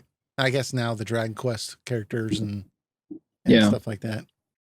Yeah, a lot of times for Smash, they only add characters from other franchises as like a promotional thing. Like those characters are either in current franchises or like an upcoming game is going to be released, So that's the reason. Like I don't think the Dragon Quest character would have been the hero would have been released as a DLC if Dragon Quest XI-S was not on the Switch, for example. Like if that didn't happen, then that character wasn't getting in the game. So if Super Mario RPG gets re-released, then you're saying there might be a chance.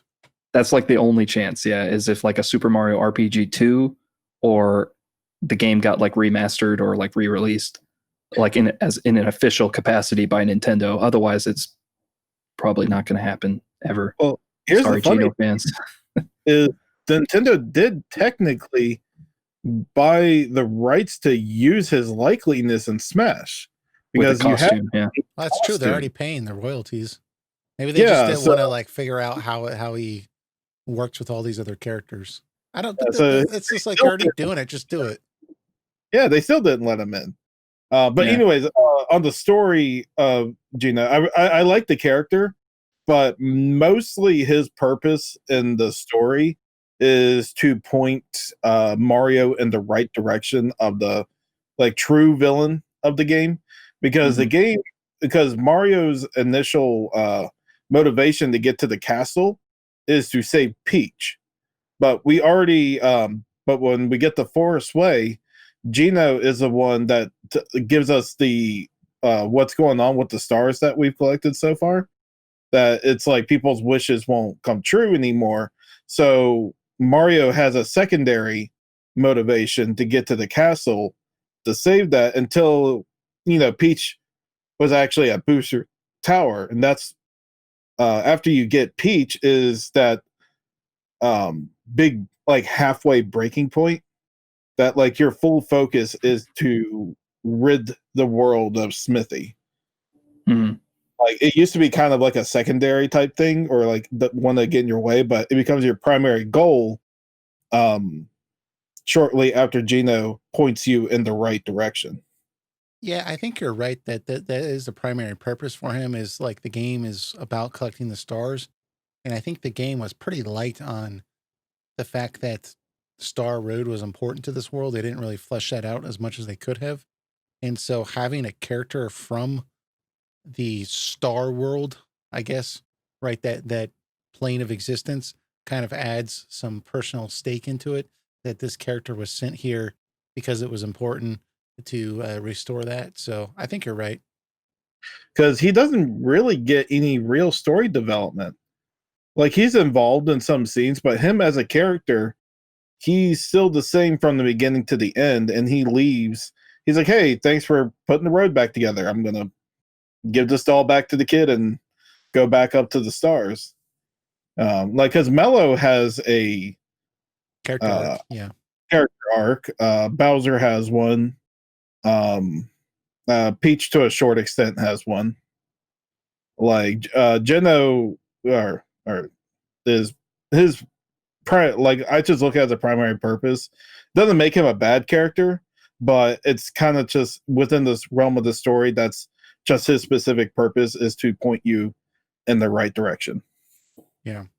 Yeah. They didn't really, it's not like we got to travel. I mean, we got to travel to Star Road, but it's not like we got to travel to like a star universe or something, or like, cause he's from the inside of a star.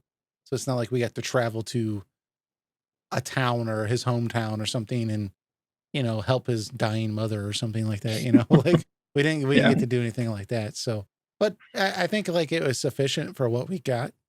He served a purpose. He did that purpose, and at the very least, he didn't get in the way, right? Sometimes when they add these character stories, it's just like, God, I hate that part. So I mean, I could say I would prefer if they added a little bit there, but it didn't hurt what was there, so I was okay with it. Um, People really wanted us to talk about Culex. Yeah. So for those listening that don't know what the hell I'm talking about, basically, uh, this was a character that was a hidden boss, and essentially, it was supposed to be a reference to a Final Fantasy series because this is Square making a Mario RPG. And so Culex is literally locked away in this monster town, and he's behind this door. And it's a locked door, and you have to do certain things to be able to unlock the door. And when you do, Culex is this creature that exists like in a separate plane of existence. He's traveling through dimensions, and apparently he can't survive in this world, but he can survive in this one room. And so he wants to fight this world's greatest knight, and that happens to be Mario, because you're the main character. And so you battle this character, and during all the interactions, it plays Final Fantasy music. So the boss battle music is from Final Fantasy IV's boss battle music. It's the victory fanfare when you defeat him, when you're talking to him. It's the FF theme with like the arpeggios and stuff. And so it's supposed to be a nod to Final Fantasy. It's a little weird though, because this isn't actually a Final Fantasy character, and he never exists in any other game at all. So I think there's it's almost adds to kind of the excitement around the character, because I think initially a lot of people were just trying to find the character in other games. Like, oh, maybe it's Final Fantasy V. That one never came over. Maybe it's these other games that never came over. And nope, he was never in any other game. That was my assumption at the time, is like he's just part of some Final Fantasy I don't know about. Yeah. And turns out it was just an original character made from inspiration of the Final Fantasy series. Yeah. Like he looks like something that would be a final boss in a Final Fantasy game. He even has like the 4 crystals in control during the fight and everything. Like he's surprisingly well designed for some. He's a tough boss battle. That's not an easy battle. Yeah, it is a hard fight in the game. Yeah. I mean, it's in the realm of Mario RPG. It's still not a hard fight, but it is the hardest in terms of this game. Yeah. Yeah, like even for a level 30 party, which is like the max level, he's no pushover. It's pretty he's a pretty good like super boss, I guess you could say, for this game. Yeah. Yeah. If you have a party, you'll be fine. Yeah. I thought it was pretty funny though that in this world, before you open that door, you can go to the neighbor next door to this door. And if you talk to the neighbor, he's just like complaining because he's like, he can hear Culex in the other room, and he's like, God, he's just always talking about like the crystals this and the crystals that, and just the great evil, and he just won't shut up. It's just, and it's kind of funny. Like, you realize you have this like demon that's traveling through dimensions. That's your next door neighbor, right? It's kind of funny. So, but yeah, that's Culex. I mean, there's not a lot else to talk about him. It's kind of a cool ode to the Final Fantasy series. It'd have been cool if it was the who's the I'm trying to remember. I can't believe I'm drawing a blank, but it's the Gilgamesh. Yeah, because he kind of has a similar arc to Gilgamesh. That Gilgamesh is traveling through dimensions and appears in different games. Yeah, I think this was before Gilgamesh was a thing already. Right. I think this was like for the popularity of Gilgamesh jumping through dimensions. Because I think the first time you see Gilgamesh again is Final Fantasy VIII. Yeah, so I wonder if like perhaps this was like a preemptive idea to Gilgamesh in a way. Now that would have been a really awesome idea, though. If Gilgamesh, because that would have been really funny for him to go into the Mario world looking for Bart. What would have been cool if, since they're playing Final Fantasy IV music, if they had a similar sequence like in Final Fantasy IV, where you have to fight like the dark side of you, right? And so Mario has to fight like Wario or something like that, or some kind of dark form of himself. That would have been kind of cool. Yeah. You just against it, you win. Yeah, I don't know. I don't know. Next he comes out and he's wearing all white. I don't know. But You know, I don't think you really get much really get anything from beating Culex. I think you get like the shiny rock or something. I'm trying to remember. You do get some kind of item that is helpful. If you want to look it up, that would probably be helpful. So that way. But I mean, there's a lot of various mini games in this world that you can do that I think add a lot to the world and just give you a lot of different stuff to actually do. And there's a lot of cool items you can get. Some of the stuff I don't have the heart to do. There's just an achievement factor of doing jump 100 times will get you a particular item that makes you very powerful. I don't want to jump successfully 100 times on an enemy. That just takes me hours. I'm not interested in doing that, but it's interesting that they have those achievements in there for like the hardcore players. But I mean, there's a lot of mini games in this game that are almost mind-boggling that they added in a Super Nintendo game. I mean, did you find it, Eric? Yeah, it's essentially, I forgot about this. It essentially breaks the game. What you get, it's called the quartz trap accessory, and what it does is the player's offense and defense gets increased by 50% and prevents the player instant death. So you can't use like a death spell on the character, and that's you only good. get Culex. Yeah, there's some OP items you can get for sure. If you're powerful enough to beat Culex in the game, then it's the hardest boss in the game. So it's Quartz Charm is, but so help. Yeah, but there's so many different like optional things you can do. There's Goomba thumping where Mario has to jump on Goomba's heads as they pop out of a pipe. Right? There's the Mushroom Derby where on Yoshi Isle, Yoshi's Race you can do by alternating the buttons to the rhythm of the music. Minecart racing. There's the hidden casino. The hidden casino that's where you can do the juggling, right? You can guess the color of the ball. Yeah, and actually there is a secret I didn't know about for a long time. For 500 coins, you can buy a Game Boy from this Toad. Yeah. And Kingdom. And you can play Beatlemania. It was a couple years till I discovered that one. Yeah, and you can carry it around too and play it and whenever you want and try to beat the high score. It's literally just a beetle and you shoot stars out at shells and you try to get the most shells, right? And beat your score. But it's just they added a lot of like optional stuff in this game that I think is like really adds a lot of replay value, but it also adds a lot to the fact that it's a linear game. And we've complained about Final Fantasy 13 where that's a very linear game and there's not a lot of other things to do except fight, right? And I think that games like this need these types of mini games and just different options to do different things. And so I think that really just takes it up to the next level that they have all this different stuff to do. I mean, they got barrel jumping. Like who would have thought barrel jumping? But that's something that you can do in the game. I mean, it's pretty crazy, all the different stuff. Oh, and the notes at Tadpole Pond. Yeah, I didn't even think about that. Yeah. You can make like a little song and like there's all sorts of things you can get for that. Yeah, I kind of wonder if the tadpole thing was like once Nintendo saw Square like implement that, like the music. I wonder if that was like they took some part of that and then were inspired with like the ocarina for Ocarina of Time on the N64, because it's kind of a similar thing. Like the buttons on your controller become like the notes, right? And you can and you can either play the song that's like you're supposed to play, or you can just kind of mess around, and like try and make different notes and different sounds. Yeah, it could be. I mean, if you read any Nintendo interview from the 90s, when they're like asked like what their inspirations were, it's such off the wall things they talk about.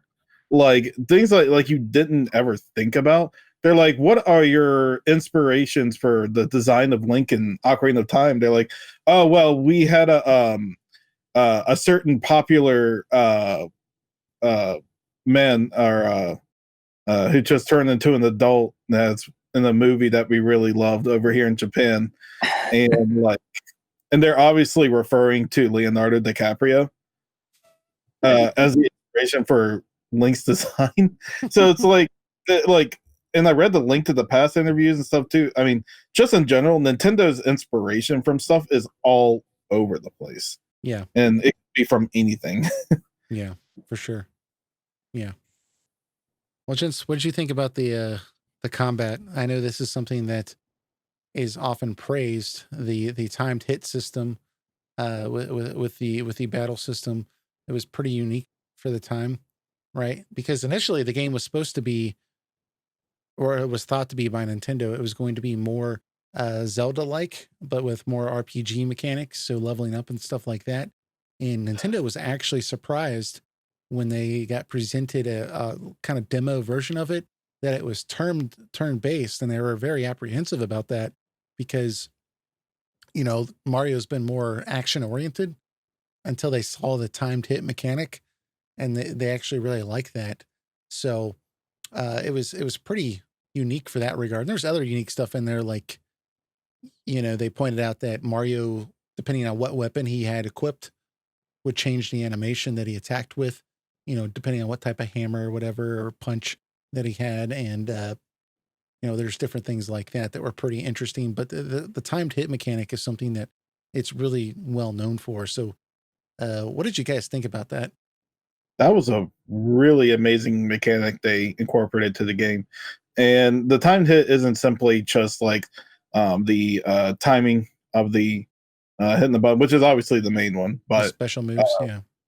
they found a way to incorporate Mario elements through, well, not necessarily Mario elements, but found a way to create more interactivity Hmm. with it to meet that compromise. Like, so you have timing to hit just right, or hit Y constantly, or hit A right at the right time with a jump to keep doing more jumps. Like, I feel like this is the best kind of compromise you could have had with making an RPG and a Mario game at the same time.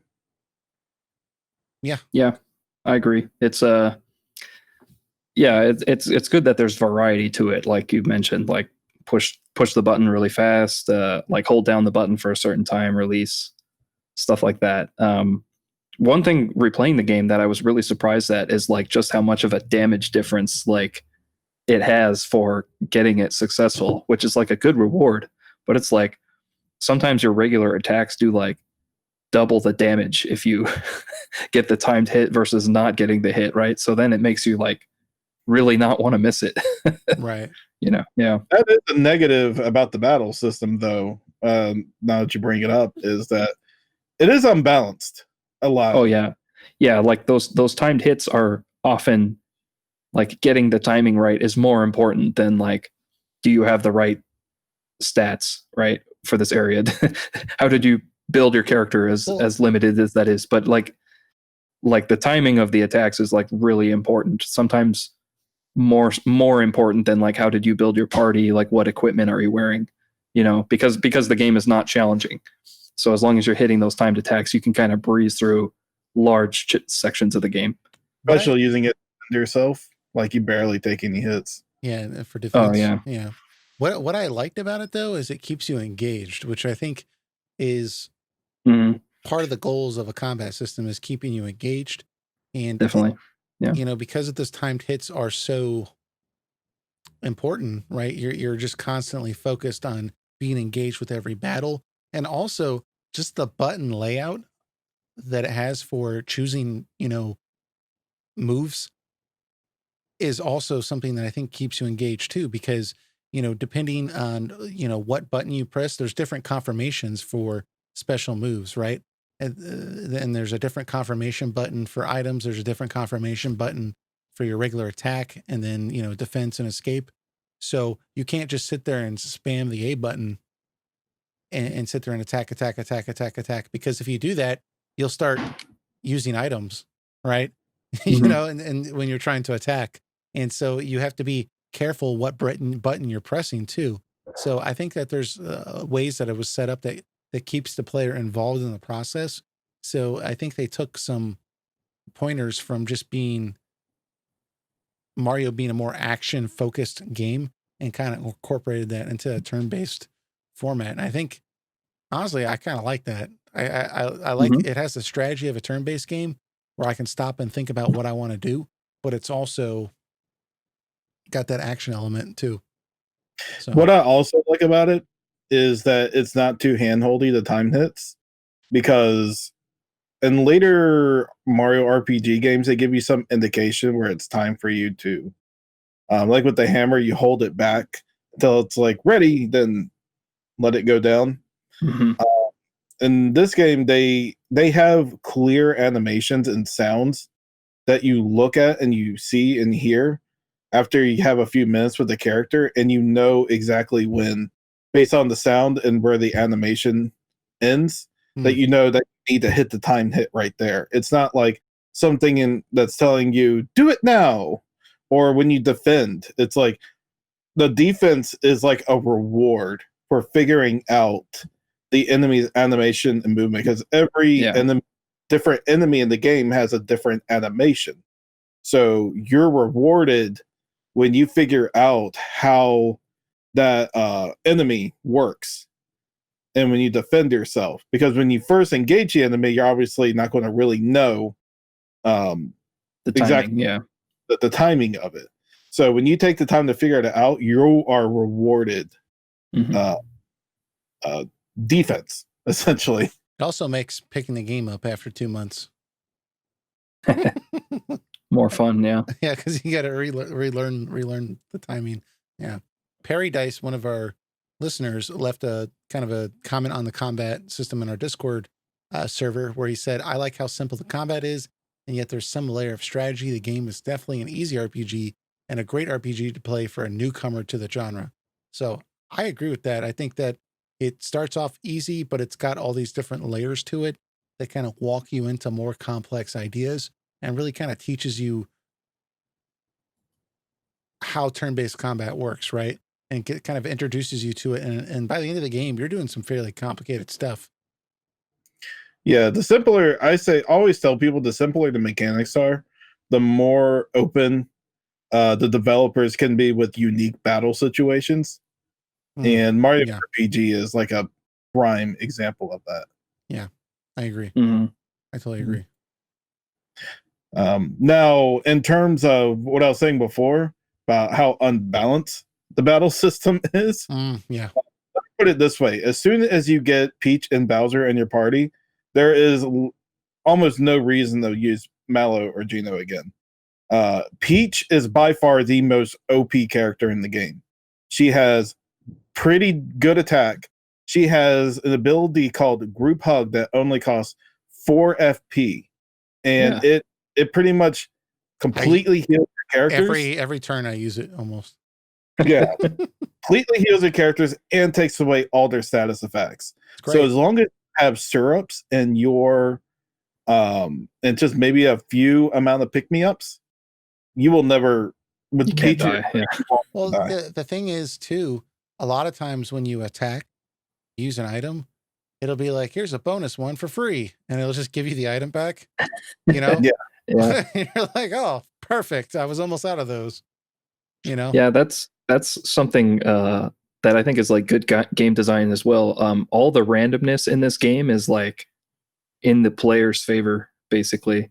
Um, if you get like a what is it a lucky, it's called like a lucky, you have an opportunity to like win. oh, at the um end of a battle. at the end of the battle, sometimes you kill an enemy and like a little thing pops out and it says lucky, and then you have an opportunity to play a little oh, shell game and try and find Yoshi. Yeah, and you get like you potentially get double experience points, right, Right. for that battle. But there's three options. One is you get no experience, one is a tie, so you get your same reward anyway, and then the other is double. So like two of the three options are good. Right, are like You should choose it in your every time. favor. Yeah. Yeah, and then also like the free item, like you mentioned. There's no random element that like your item didn't work or something, or you lose it. Like all the randomness is just like either the normal thing happened for the most part, or it tilts like to you get an extra reward. I Yeah. would say it's about a Yeah. 25% chance you keep your item. Yeah. That, that often. Yeah. I mean, if I had to guess a number in my head, I'd say about 25% of the time you get to keep it. Mm-hmm. Well, 1/3, right? Because there's 3 options. No, he's talking about the lucky item, like Oh, okay. a Yeah, I got you. freebie. Okay. I Yeah, thought you were talking about the ending. I was like, what are you talking about? 25%? There's 3. yeah. No, I gotcha. Yeah, that's probably accurate. It seems fairly often. It happens a lot of times. So yeah, there's a lot of assistance provided in this game, but I guess you Yeah. bring up a good point, Stan, that it's in the player's favor, so it's not really annoying. It'd be Mhm. annoying if 25% of the time your potion didn't work or whatever. Yeah, and there's also like no drops. There's like no like low percentage chance drops that you like need from an enemy to like craft some awesome armor or weapon or something. So there's none of that frustration in here either. It's way simplified, like so that kind of stuff is not necessary. There's just I have heard isometric platforming. That's it. if you do want more challenge in the game, you don't use Peach and Bowser. You use Mallow and Oh, Gino. yeah, that's a challenge run, right? I wouldn't say the game is harder, but you do need to be more mindful of your resources. Mm-hmm. Yeah, for sure. But most people like figure out Peach and Bowser are just like Bowser's attacks are just ridiculously high, and Peach is a hard hitter and has status effect spells and can heal everyone and get all their status ailments off. And Mario has to be in your party, so doesn't matter what you think about him. Yeah. But Mario is powerful though. I think like the battles are still fun though. They're still engaging, and it's still a good time despite the fact that it's pretty easy just because there is that action element with it, right? And I don't know, this game has just great spell animations too, which just give it a lot of visual flair, I think, for a Super Nintendo game that make it a lot of fun also. And there's like a lot of the boss battles are pretty interesting too, where I'm trying to think of the one where they're just tossing out like question marks, like boxes, and like different ones do different things, and when you attack them, and there's all sorts of just different effects that can happen to your party members that can add a little bit of variety. They'll turn into a scarecrow, or they can turn into like a little doll or something like that. So there's different things too that add some variety to the play experience. So Well, let me put it this way: the difficulty of the game it's is not not difficult, no. it's not relevant because the game is a lot of fun. It's a great adventurous type game, and Except the isometric platforming. yeah, I think the platforming may be the hardest part, the precision ones. But yeah, you don't really come to this game for the difficulty. You come for it for the fun. Yeah. And the battle system is really fun and engaging. Like I said before, it's fun to read the enemy animations. It's fun to figure out what the most you can do with each character. All those elements are still there. Like I said, this game was not made for master RPG players. It's more for the younger audience Yeah. in terms of difficulty. And like I said before, when we started this review, was it's the best, in my opinion, the best beginners RPG. Like this and Pokemon are like great starter RPGs for younger audiences. I agree. I totally agree. It's definitely right there where you want to start. I mean, Pokemon's pretty good too, but either or you'd be good with a fresh RPG player. We gotta touch on the music here, remaining thoughts, and then we have some Discord questions that we can address. Are y'all ready to move on? Okay. Let's do it. Music. Yoko Shimomura. She was this was her second game with Square Enix. We actually looked this up beforehand. We were debating whether it was her first, but it was composed by Yoko Shimomura, who today is well known for writing a lot of scores. You can go look at her Wikipedia page and see the 30 or 35 games she's written music for. But some bigger ones, she started off with Street Fighter 2. She's well known today for Kingdom Hearts. She led a team on Xenoblade Chronicles and did music for that. She had Radiant Historia, which is awesome. Final Fantasy 15 most recently, and well, Kingdom Hearts 3 also she worked on. But she's clearly well established a composer in the RPG genre. So, but she considers this a soundtrack that was a big moment in her career. You know, a turning point for her being more established in the RPG genre, because she was struggling before to get into the RPG genre. When she was at Capcom, they wouldn't even let her touch RPGs really. So she was very happy to work on this, and it was a big hit for her. So, what did you guys think about this soundtrack? And do you have a particular song that stands out to you or a favorite? She is easily one of the best in the industry Oh by yeah. far. Oh yeah. Um, the soundtrack is phenomenal. Like every theme fits so well with each other. Like even like going down like the river in a barrel, it's got that fun, adventurous theme to it. You got the mysterious forest type theme when you're going in to find Gino. Uh, I mean, I can't think of a track in this game that I do not like. Everything works so well. The battle themes are incredible. Um, yeah, I mean, I can't think of a negative thing to say about the soundtrack. I can be a little controversial. The battle music. Yeah, that was one for me. That I think just because it's such a short loop.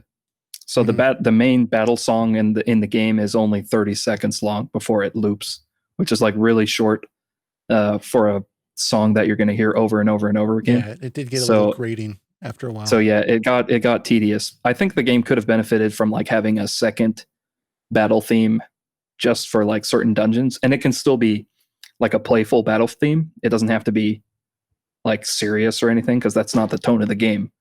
So like I think the battle theme fits the tone of the game well, but it's just a little too short, and so you hear the same repeated notes over and over and over again through so many battles through the game. So that's like the only criticism I have of the music. I really love a lot of the other themes. Most battles don't even really go past a minute or 30 seconds. It was very grating to me. I know what he's talking about, where I don't want to say grating because that sounds like I hated it. I know where you're coming from, Stan, that it was well composed, it was well written, and it fit the vibe of the game. It was perfect in that regard. But it was a little short to where it would just be like, you know, because it gets a little tedious after a while. Yeah, there's certain battle themes in certain games where, like, for example, like Final Fantasy VIII's battle theme, where it kind of almost has like a second wave or a second part of the song where it's just a new color or a new you know, just something to look forward to almost if the battle does go on a little bit longer. So I know what you mean. What I do definitely agree with you on is that they could have used a different type of battle theme, maybe for unique areas like dungeons, like you said. Yeah. I think they would definitely benefit from that. I don't know if they just have to, the size of the cartridge, they just have to keep it to a minimum. Yeah, I think so, because some of the songs have like shorter loops than like in other tracks, like in Chrono Trigger and like Final Fantasy VI. They have like longer loops, and this game came after those games. But I wonder if because they were like really pushing the graphics, like there was less memory available for the music, and so they had to make some compromises there. But it's still like really good. Yeah, it's really good. I just, it's weird if they compromised with the song that you're going to hear the most often. Right? But no, it's good. But different boss battle themes. That's true. Yeah, they do. Yeah. And that helps out a lot. I mean, guys, I gotta be honest, I really do like this soundtrack. I have two favorites. There's the first one is Beware the Forest Mushrooms, which I had to look up the name of that. So if you don't know the name of that, I don't blame you. But it plays a couple times, but I think it plays also in the forest maze as well, I believe. But it's just like a really catchy jingle. If you guys are listening to this and you don't know what I'm talking about, just pause the podcast, go check it out, listen to it for 10 or 20 seconds, and you'll know what I'm talking about. But it's really well written and just very catchy. And I would try humming it for you guys, but I can't sing, and I don't think I would do it justice. But definitely a great track to have an RPG. And then also the Starlight's Flower which there's 3 different versions of this song. It's basically the song that plays at the Star Road area with that kind of magical uh, vibe that was going on, where it's got this like Lydian mode, the arpeggios that keep going with like an organ in the background. And they've done, she did 3 different versions of that. It's also Gino's theme because he's from the Star area, right? And then it also plays at the end when you're saying goodbye to Gino. But I like the particular version that plays at Star Road the best because it's just got the perfect amount of instrumentation. Some of the other ones, they've added like way too much orchestra and it's getting a little too busy. And this one's just a little more laid back, and it's kind of like, just like lets you vibe a little bit. And I just really like it. It gets me in the mood of the game and mood of the area. So There's 2 I can think of, and they're kind of way off the spectrum from each other. But one I like is I like the catchiness of the Moleville town theme. okay. That one is pretty catchy. I think I might have to add some of these soundtracks into this and post so people know what we're talking about. Not the final battle theme, not the second Smithy, but I really like the theme song for the first form of Smithy. It has a really epic final battle. Battle. About, yeah. Like well, because it is the final battle theme. And it's really epic. It really makes you feel like you're at the end of the game or end of the game here. This is like the moment where you take on the final battle, beat the game, and the music just complements it extremely well. Yeah. Stan, you got any favorites you can think off the top of your head? This is kind of an obscure soundtrack. I don't want to say it's obscure, but it's not like the Final Fantasy series where you can just think of like the actual name of the song. But right. Is there anything that, like an area or anything that kind of stood out to you as? I really like the Mushroom Forest one that you mentioned already. Okay. Like that's a really good song. And I also like the I can't think of how it sounds right now, but like the seaside town. Oh yeah. It's got like kind of the same vibe going on that you'd expect from a seaside town. Seaside town is really good. And also there's like kind of like one of the volcano themes has like a real cool bass line to it. I can't, like you, I don't actually know the names of the songs, but I remember when they played in the game. Yeah. And then of course the ending when the parade is happening on screen and it's just like a big medley of all the songs that you've heard throughout the game is like, that's probably the best one just because it's incorporating everything, but it's, I think it's like 5 or 6 minute song and it just kind of goes through all the different tracks. That one's really good. Yeah, agreed. Yeah. Booster's Tower also is really crazy and all over the place. Definitely, that is a It really gives the idea that you are in a kind of like wacky situation here. Might as well just say the whole soundtrack. No, I mean, yeah, it really is. It's a great soundtrack. I can't think of any song where I was like, oh, I don't like this one, other than the main battle theme, and that's only like when I get like 2/3 through the game, and I'm like, okay, I'm a little tired of this. I think the fan favorite song most definitely is the Forest Maze theme you two brought up. Yeah. If I've seen like a remix of any song done to death, it is that one. Like people have added lyrics to the theme, and even remix those lyrical versions that fans made. So wait. These lyrics are not Yoko's. Not Yoko. No. Fan made. Yeah. Fan. What I'm telling you is, what are they singing about? Remixes of remixes. Force. I'll have to check this out afterwards. Okay. Because it's so weird to me. And then people are remixing the remix. Anyways. Game for me. Yeah. There we go. There's a taste of it. All right. My beautiful singing. Yeah, I enjoyed it. 99 cents. Download on iTunes. Yeah. 3 seconds. So it's amazing to me though that a lot of people know her for Kingdom Hearts, and she had quite the career before Kingdom Hearts. with the amount of RPGs that she worked on. And when I was kind of looking up some of her history with this, I was very surprised. This is a small tangent, but I was very surprised that when she was working at Capcom, they wouldn't let her work on Breath of Fire. She was able to contribute one song, but they wouldn't let her do Breath of Fire. And that's what pushed her to go to Square so she could work on RPGs. And I just find that baffling and amazing because if they let her work on Breath of Fire, she would have been the Breath of Fire composer. Most likely, Yeah. So it was almost like this was a better career move for her anyways. It's kind of baffling because Street Fighter 2 arguably has like one of the best soundtracks in a fighting game ever. Mm-hmm. And she's all, and then Capcom's like, no, she's only good at fighting game tunes. It's like she can't do an RPG. It's like she made one of the most iconic soundtracks ever in a fighting game, and you can't like let her try something else a little bit. Yeah, she composed Guile's theme, which goes with everything. Yes, so that's pretty impressive. Goes with everything. Yep. Yeah.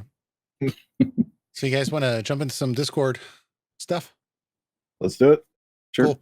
So we got from Demosthenes, who just gave me an example on Discord also of her question. But she says, Super Mario RPG is considered one of the great foundational games for a reason. Personally, what is your favorite mechanical plus story element? And I asked her for an example that she liked. And she said for hers, the turn-based quick time events battle mechanics is one of my favorites. It helps keep things interesting without being too intensive. For story elements, I feel like Mario RPG is where a lot of the Mario cast got settled personalities. They're just full of reaction animations and sass, which aren't quite as present in the platformer Marios, in my opinion. So that's kind of a unique way to go about it. I think, and I definitely agree with that, Demosthenes. I think that where I was coming from with this question was kind of a more like we've talked about with Final Fantasy VII, where like you have gameplay through story. And so I was kind of thinking of the fact that they have to share the flower power points, right? Like not everyone gets their own unique bank for that.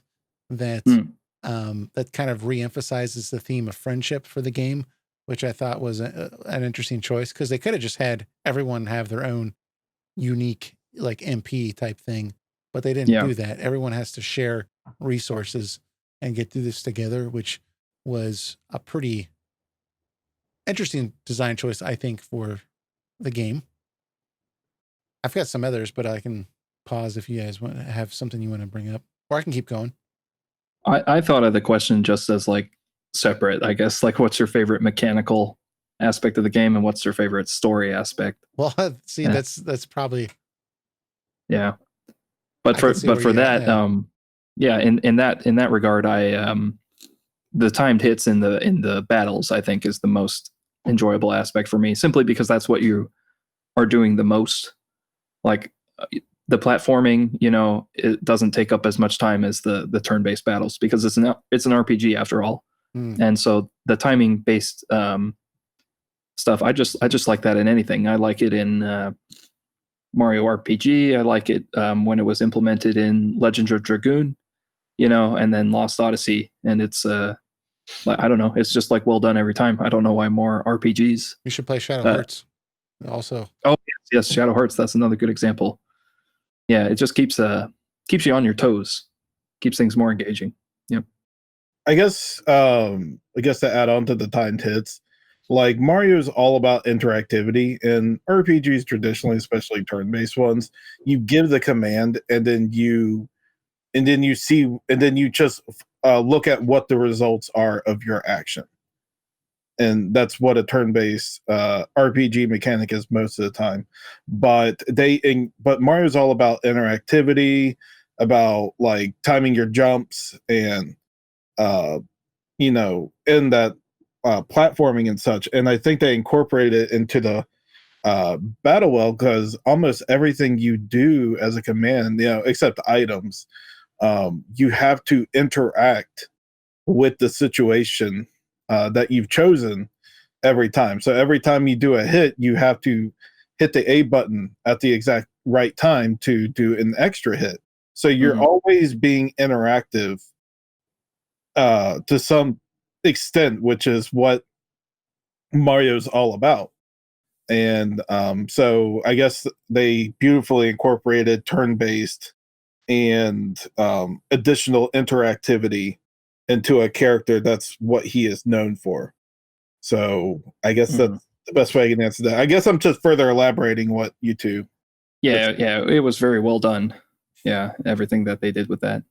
I went a totally different direction with the question. I apologize to Mosley's, but hopefully my answer yours might be more interesting. Who knows? Yeah. Well, that's what I said with the flower power. And the only other thing I was going to bring up was just, I liked how, like, for example, at the beginning of the game, Peach teaches you how to select different things on the screen by saying, hey, attack the chain. And that's kind of teaching new RPG players that you can move to different enemies. And there's several segments in the game where it kind of incorporates that teaching of game mechanics through the story, as opposed to just having some super boring tutorial, yeah. which the game does have, by the way, but it also incorporates some of those gameplay through story elements also, which I really appreciate it as well. So that's the way I interpret it. But reading Demosley's questions, hearing your guys' answers, I can see where I got wrong. But anyways, I think those are good answers all around. I was thinking about it though, the way you answered it, and I was thinking to myself, I can't really think of a strong story implication. Like the firepower one is a good one, but it's like wow, I can't really think of one. Well, I do really like the it doesn't really tie into the gameplay that much other than you explore the area, but I like the Star Road where you get to like go up to the stars and like read people's wishes. Yeah. And I think you can find Luigi's and it says something like, I just want to be as awesome as my brother, one day, or something like giving that impression or something. Well, that wish was never granted. Yeah. and you can find like Bowser's in there, I think. And it doesn't tell you who it is. Yeah. You just have to read the text and kind of try to figure out and like infer like which character in the game it was. And I think like Frog Fuchsius has one in there. He's like, I wish Mallow will find his real parents someday. Like it's interesting stuff like how that. They interpreted the stars as almost like prayers, though. Right? Oh yeah, yeah. But that was like the safer way to go about it. That they were wishes as opposed to prayers. Yeah, yeah. That's interesting because they do. I wonder how it is in Japanese, because in Final Fantasy IV, there's parts where they have to give up prayers like to the moon or whatever. but they had to localize it as a wish. And so the elder is like, everybody wish. It's just like, why? That doesn't ever work. Yeah. So yeah, there's some stuff like that in there. I mean, we had Bowser, he was able to frighten the enemies. And if they're Koopas, they would just run away anyways, right? Because he was supposed to be their leader and stuff like that. So yeah. There's some tie-ins, but some interesting stuff that they put in there. There is some kind of censored stuff. I think you can go in Peach's room, and I think around her dresser you can find the mysterious item. Oh, and her wardrobe or whatever. There's like some implication that you took her pantaloons. Something like that. Even in Super Mario RPG, there's some kind of perverted thing in there. It's and not to mention small side tangent real quick. Link and Samus are both in the game. Yeah, that's true too. I forgot about that. Yeah. Sleeping in Peach's bed, full armor. Yeah. And you can find Link if you spend the night at Rose Inn in Rosetown. When you wake up, you'll see Link sleeping in the bed next to you. Yeah, just nice little fun things. Yeah, they added a lot of cool little tie-ins like that, so that's pretty cool. It'd have been cool if they put like a Final Fantasy character in there, aside from Culex, if they had like Kane or something, or Cecil, or at least like a Moogle or something. A Moogle, yeah, that'd have been cool too. But then, man, we're getting into like Kingdom Hearts territory and stuff with different worlds. And anyways, so we have some comments from some people on Discord about what they thought about the game, and then we'll wrap up with a question from Dequay Manta. But Berserker Barrage thoughts on the game was Super Mario RPG was one of the first RPGs I ever finished as a super young kid. Breath of Fire was my first RPG, but I had a very hard time with it being so young. The two main things that stand out to me in this game are one, an excellent intro RPG for the SNES era when back in the 90s, mini RPGs weren't so friendly for first timers, and two, actually fun mini games / clever interactions in the dungeons or maps. So I would agree with all that. I think Yeah. kind of touched on those things. Like I said, like the first two RPGs I ever got was this game and Final Mm-hmm. Fantasy 2, which, oh, but 4, but 2 in the US. Yeah. And I couldn't even really comprehend much of what Final Fantasy 2 was. Something Yeah. about Mario RPG eased me in. Like its accessibility was a lot stronger just because I still felt like I had some of the Mario elements incorporated to understand it to some extent. Yeah. Um, I mean, like Final Fantasy 4 is easy to understand, of course, but like you don't comprehend the idea of like, oh, I need magic the cure or I need to buy items at a store before then. Something about Mario just like gave you those breadcrumbs a lot easier than like it's built knowing it's for beginners. Right. Yeah. It's well made in that regard. We have Like years before I beat Final Fantasy 2, but I got pretty far in Mario RPG. yeah. Yeah, for sure. We have a comment from Arcity, who said that the mini games were fun and cool and were great spins on Mario's world. The clever interactions and overall charm, combined with exploring new, never before seen parts of the Mushroom Kingdom, were a huge draw, and it was an excellent intro RPG while still being a real RPG, more so than Paper Mario's. And it did have some difficult moments from the very first real boss and the crocodile in the forest maze, the sunken ship Axum Rangers. It was a real RPG. I agree. I mean, I think that I know that we've been talking a lot about how easy this game is, but it does have some like actual challenge. I mean, there is a difficulty curve in the sense that you start the game and it's pretty easy and you have to learn the game by the end of the game or else you will lose. And you know, it's actually there. You have to learn those timed hits. You have to know what is the best lineup for certain enemies if you're a little bit under leveled. I mean, it matters. So I completely agree. Oh yeah, the Axum Rangers in particular are definitely one of the more harder bosses. They each have like their own unique ability. So you kind of have to think to yourself, which one do I need to prioritize over the Mhm. other? Yeah. Now, the great thing about this game is that, like, yes, I would still say it's beginner easy level stuff, but that doesn't necessarily mean it's a pushover. Like, you can just press A throughout the game and you win.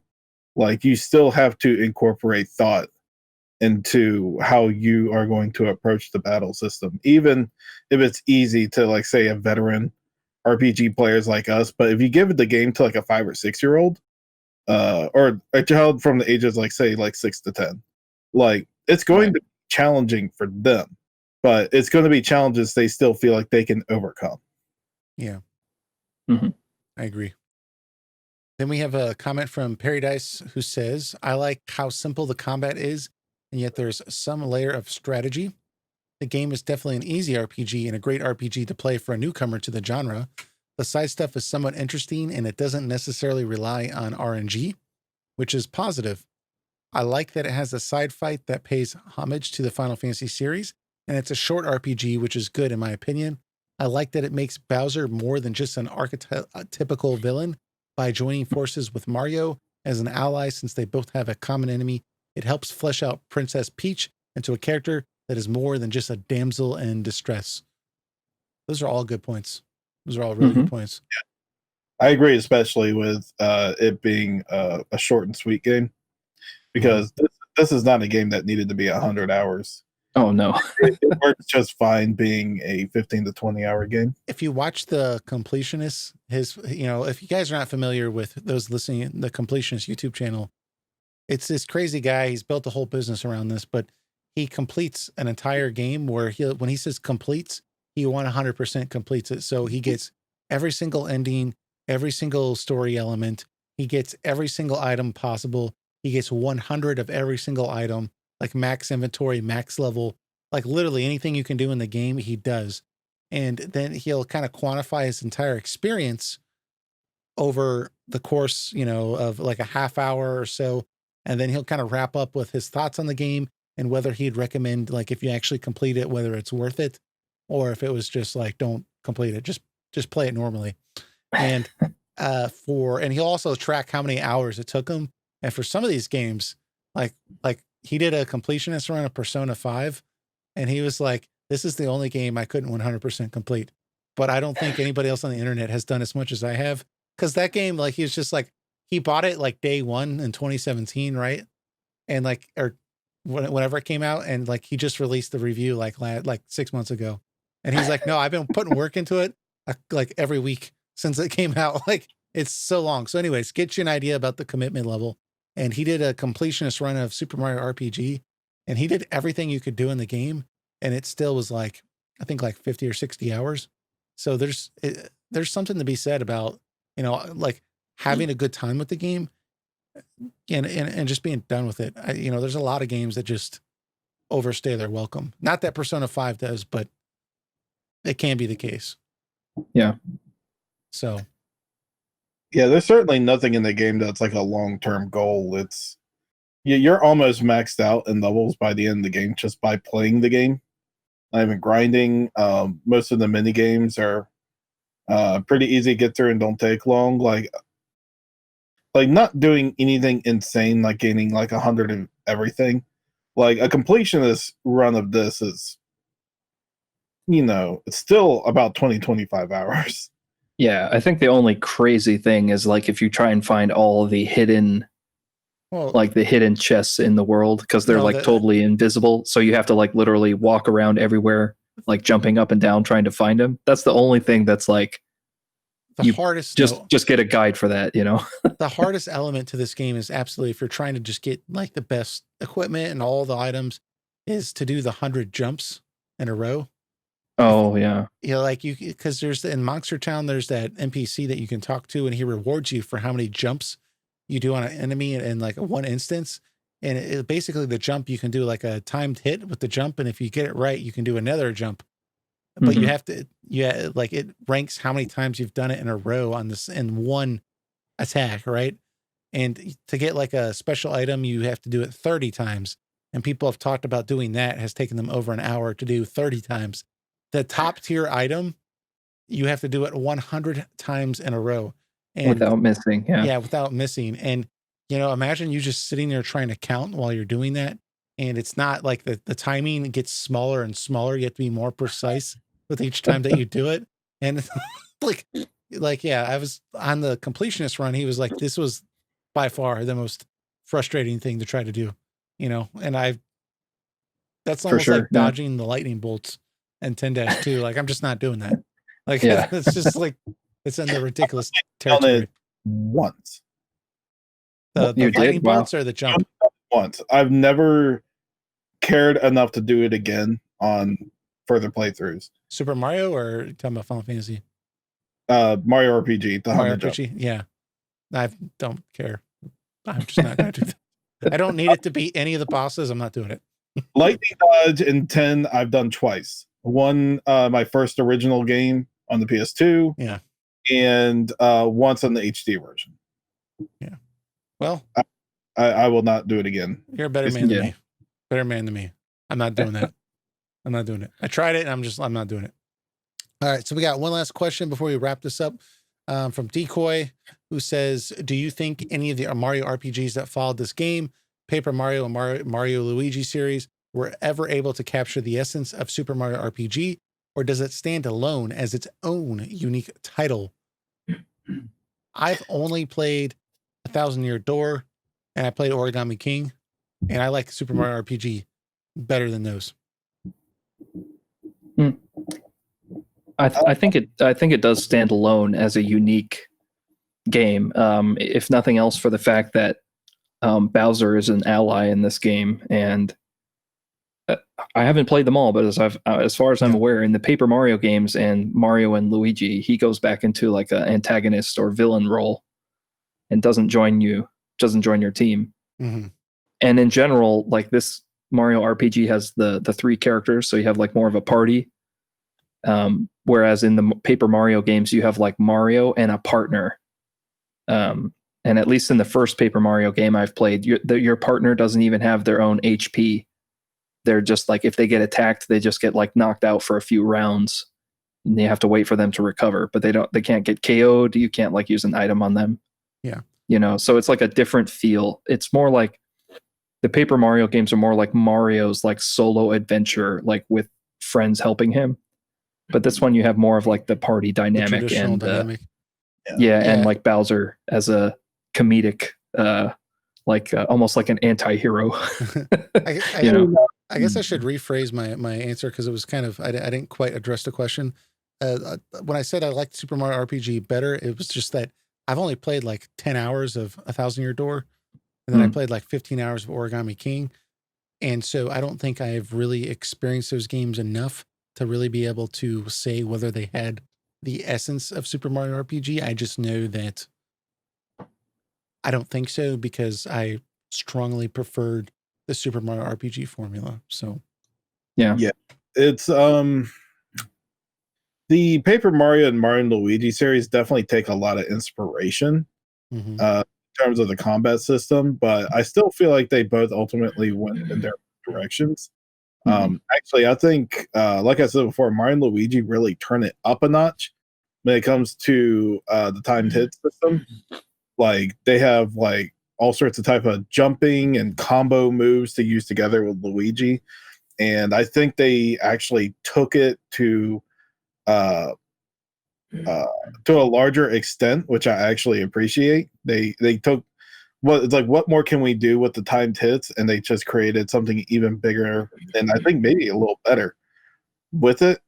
Paper Mario at first, Paper Mario is kind of like too inconsistent now to they're trying to do something new every time. So only the first 2 games really take heavy inspiration from Mario RPG with the timed hit system. Right. But I feel like it's a lot easier in that game to do that. But for the most part, it's very much like Mario RPG. It's the later games where they strayed away from it. If you want to talk about difficult, Origami King makes Super Mario RPG look like Dark Souls. Like in terms of it's that easy, huh? Yeah, it's just like I don't even have to think at all.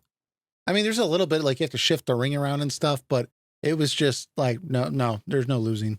It's just I don't know how far you got in Origami King. I didn't beat it, so perhaps the boss battles later in the game are a lot harder. Are they? Okay. And the enemy layouts to create the rings are a lot more complex.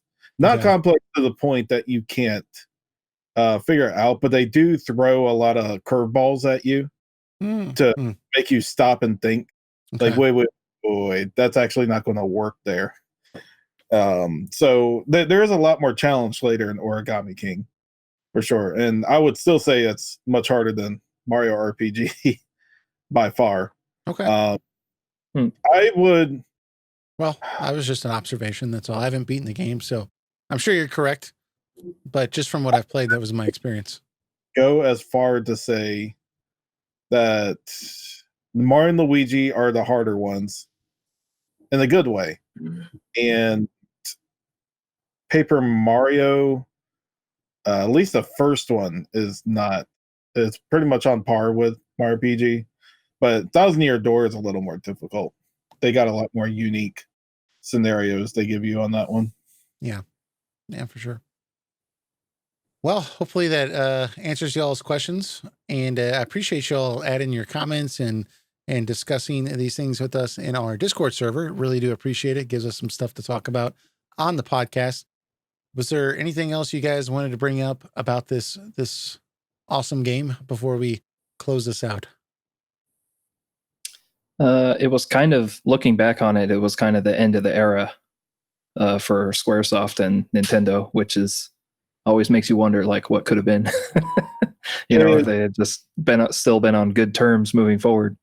But that it is what it is, and it's just weird that like the first ever like big collaboration that they had together was in a way like also the last one, you know? Yeah. When I was playing this game, I kept looking at the graphics and thinking like, oh, this map they could have made a Final Fantasy VII map in this style. Like it would have worked, right? Like when they're in the bombing mission for the first mission, walking up at like kind of on that scaffolding or bridge type thing before it's kind of at that isometric view. And I kept thinking like, man, there's maps that would have worked with this art style and this method, and the fact that Final Fantasy VII was originally being made on Super Nintendo, conceptually anyways, before they dropped it for the PlayStation. It just makes me think like you're talking about that if Nintendo and Square kept working together, you know, what kind of wild stuff would we have gotten? And it's but I'm okay with how things turned out. So I don't think a Mario RPG will ever be unique like this game. I think it has too much of Square's magic implement, and that even if Square Enix came back and made a Super Mario RPG 2, Nintendo, I still feel like it would not retain the same level of magic that this game has. It has such unique elements to it that I just don't feel like they could ever replicate it again. So I don't know why people clamor for a Mario RPG 2 when it likely would probably miss. I would be okay with it if Square was involved. Like, why not? Just make another one. They've already. What's the worst that'll happen? It won't be good. It's not going to hurt the first game. You know, Square's already making crappy Final Fantasies. Like, I don't want them to stop. I mean, I just like, why not? Just do it. Maybe it'll be good. I'm not necessarily saying no, don't make it. I'm just saying, like, people expect it to be the same. Yeah, why will people expect it to retain the? It's like Chrono Trigger. It's just like the right people were together this game, and because of that, you're never gonna really see something like that again. Like not even Chrono Cross could bring in what was so great about Chrono Trigger, even though Chrono Cross is great in its own right. Like it's just not the same. Yeah, the right people together to make this game, and I feel like this was the case for Super Mario RPG. You had the right people together who made this unique product that could only come from their heads. And I think anyone working on it today that are not them would not completely understand what made the game so unique and fascinating in its own right. So this is a very unique product that, you know, it will, which I don't think you'll ever see the same again. Yeah, completely agree. Well said, Eric. Well said. As well as I could say it. No, better than I can. So I think that pretty much sums it up, though. I mean, we've been talking about Mario RPG for 2 hours and 45 minutes. That's about a quarter of the game time to beat the game almost. You know, maybe a little bit less than that, but yeah, it's just a great RPG, and I was really glad you guys picked it. I was really glad to be able to replay this game again. Thank you for that, and yeah, we appreciate it. So our next episode, we're going to be posting a kind of a collaboration of Discord questions that Stan's created that we'll be posting next week. Next week on probably Monday, we'll be posting that, and that's going to be some of the best Discord questions we've gotten in the past year that Stan could find. Anyways, we've had a lot of them, and we've compiled them together, and I think you guys are going to enjoy that. And we'll touch base again on when the next episode will be. So appreciate you all listening, and we will see you all then. Take care. See you next time.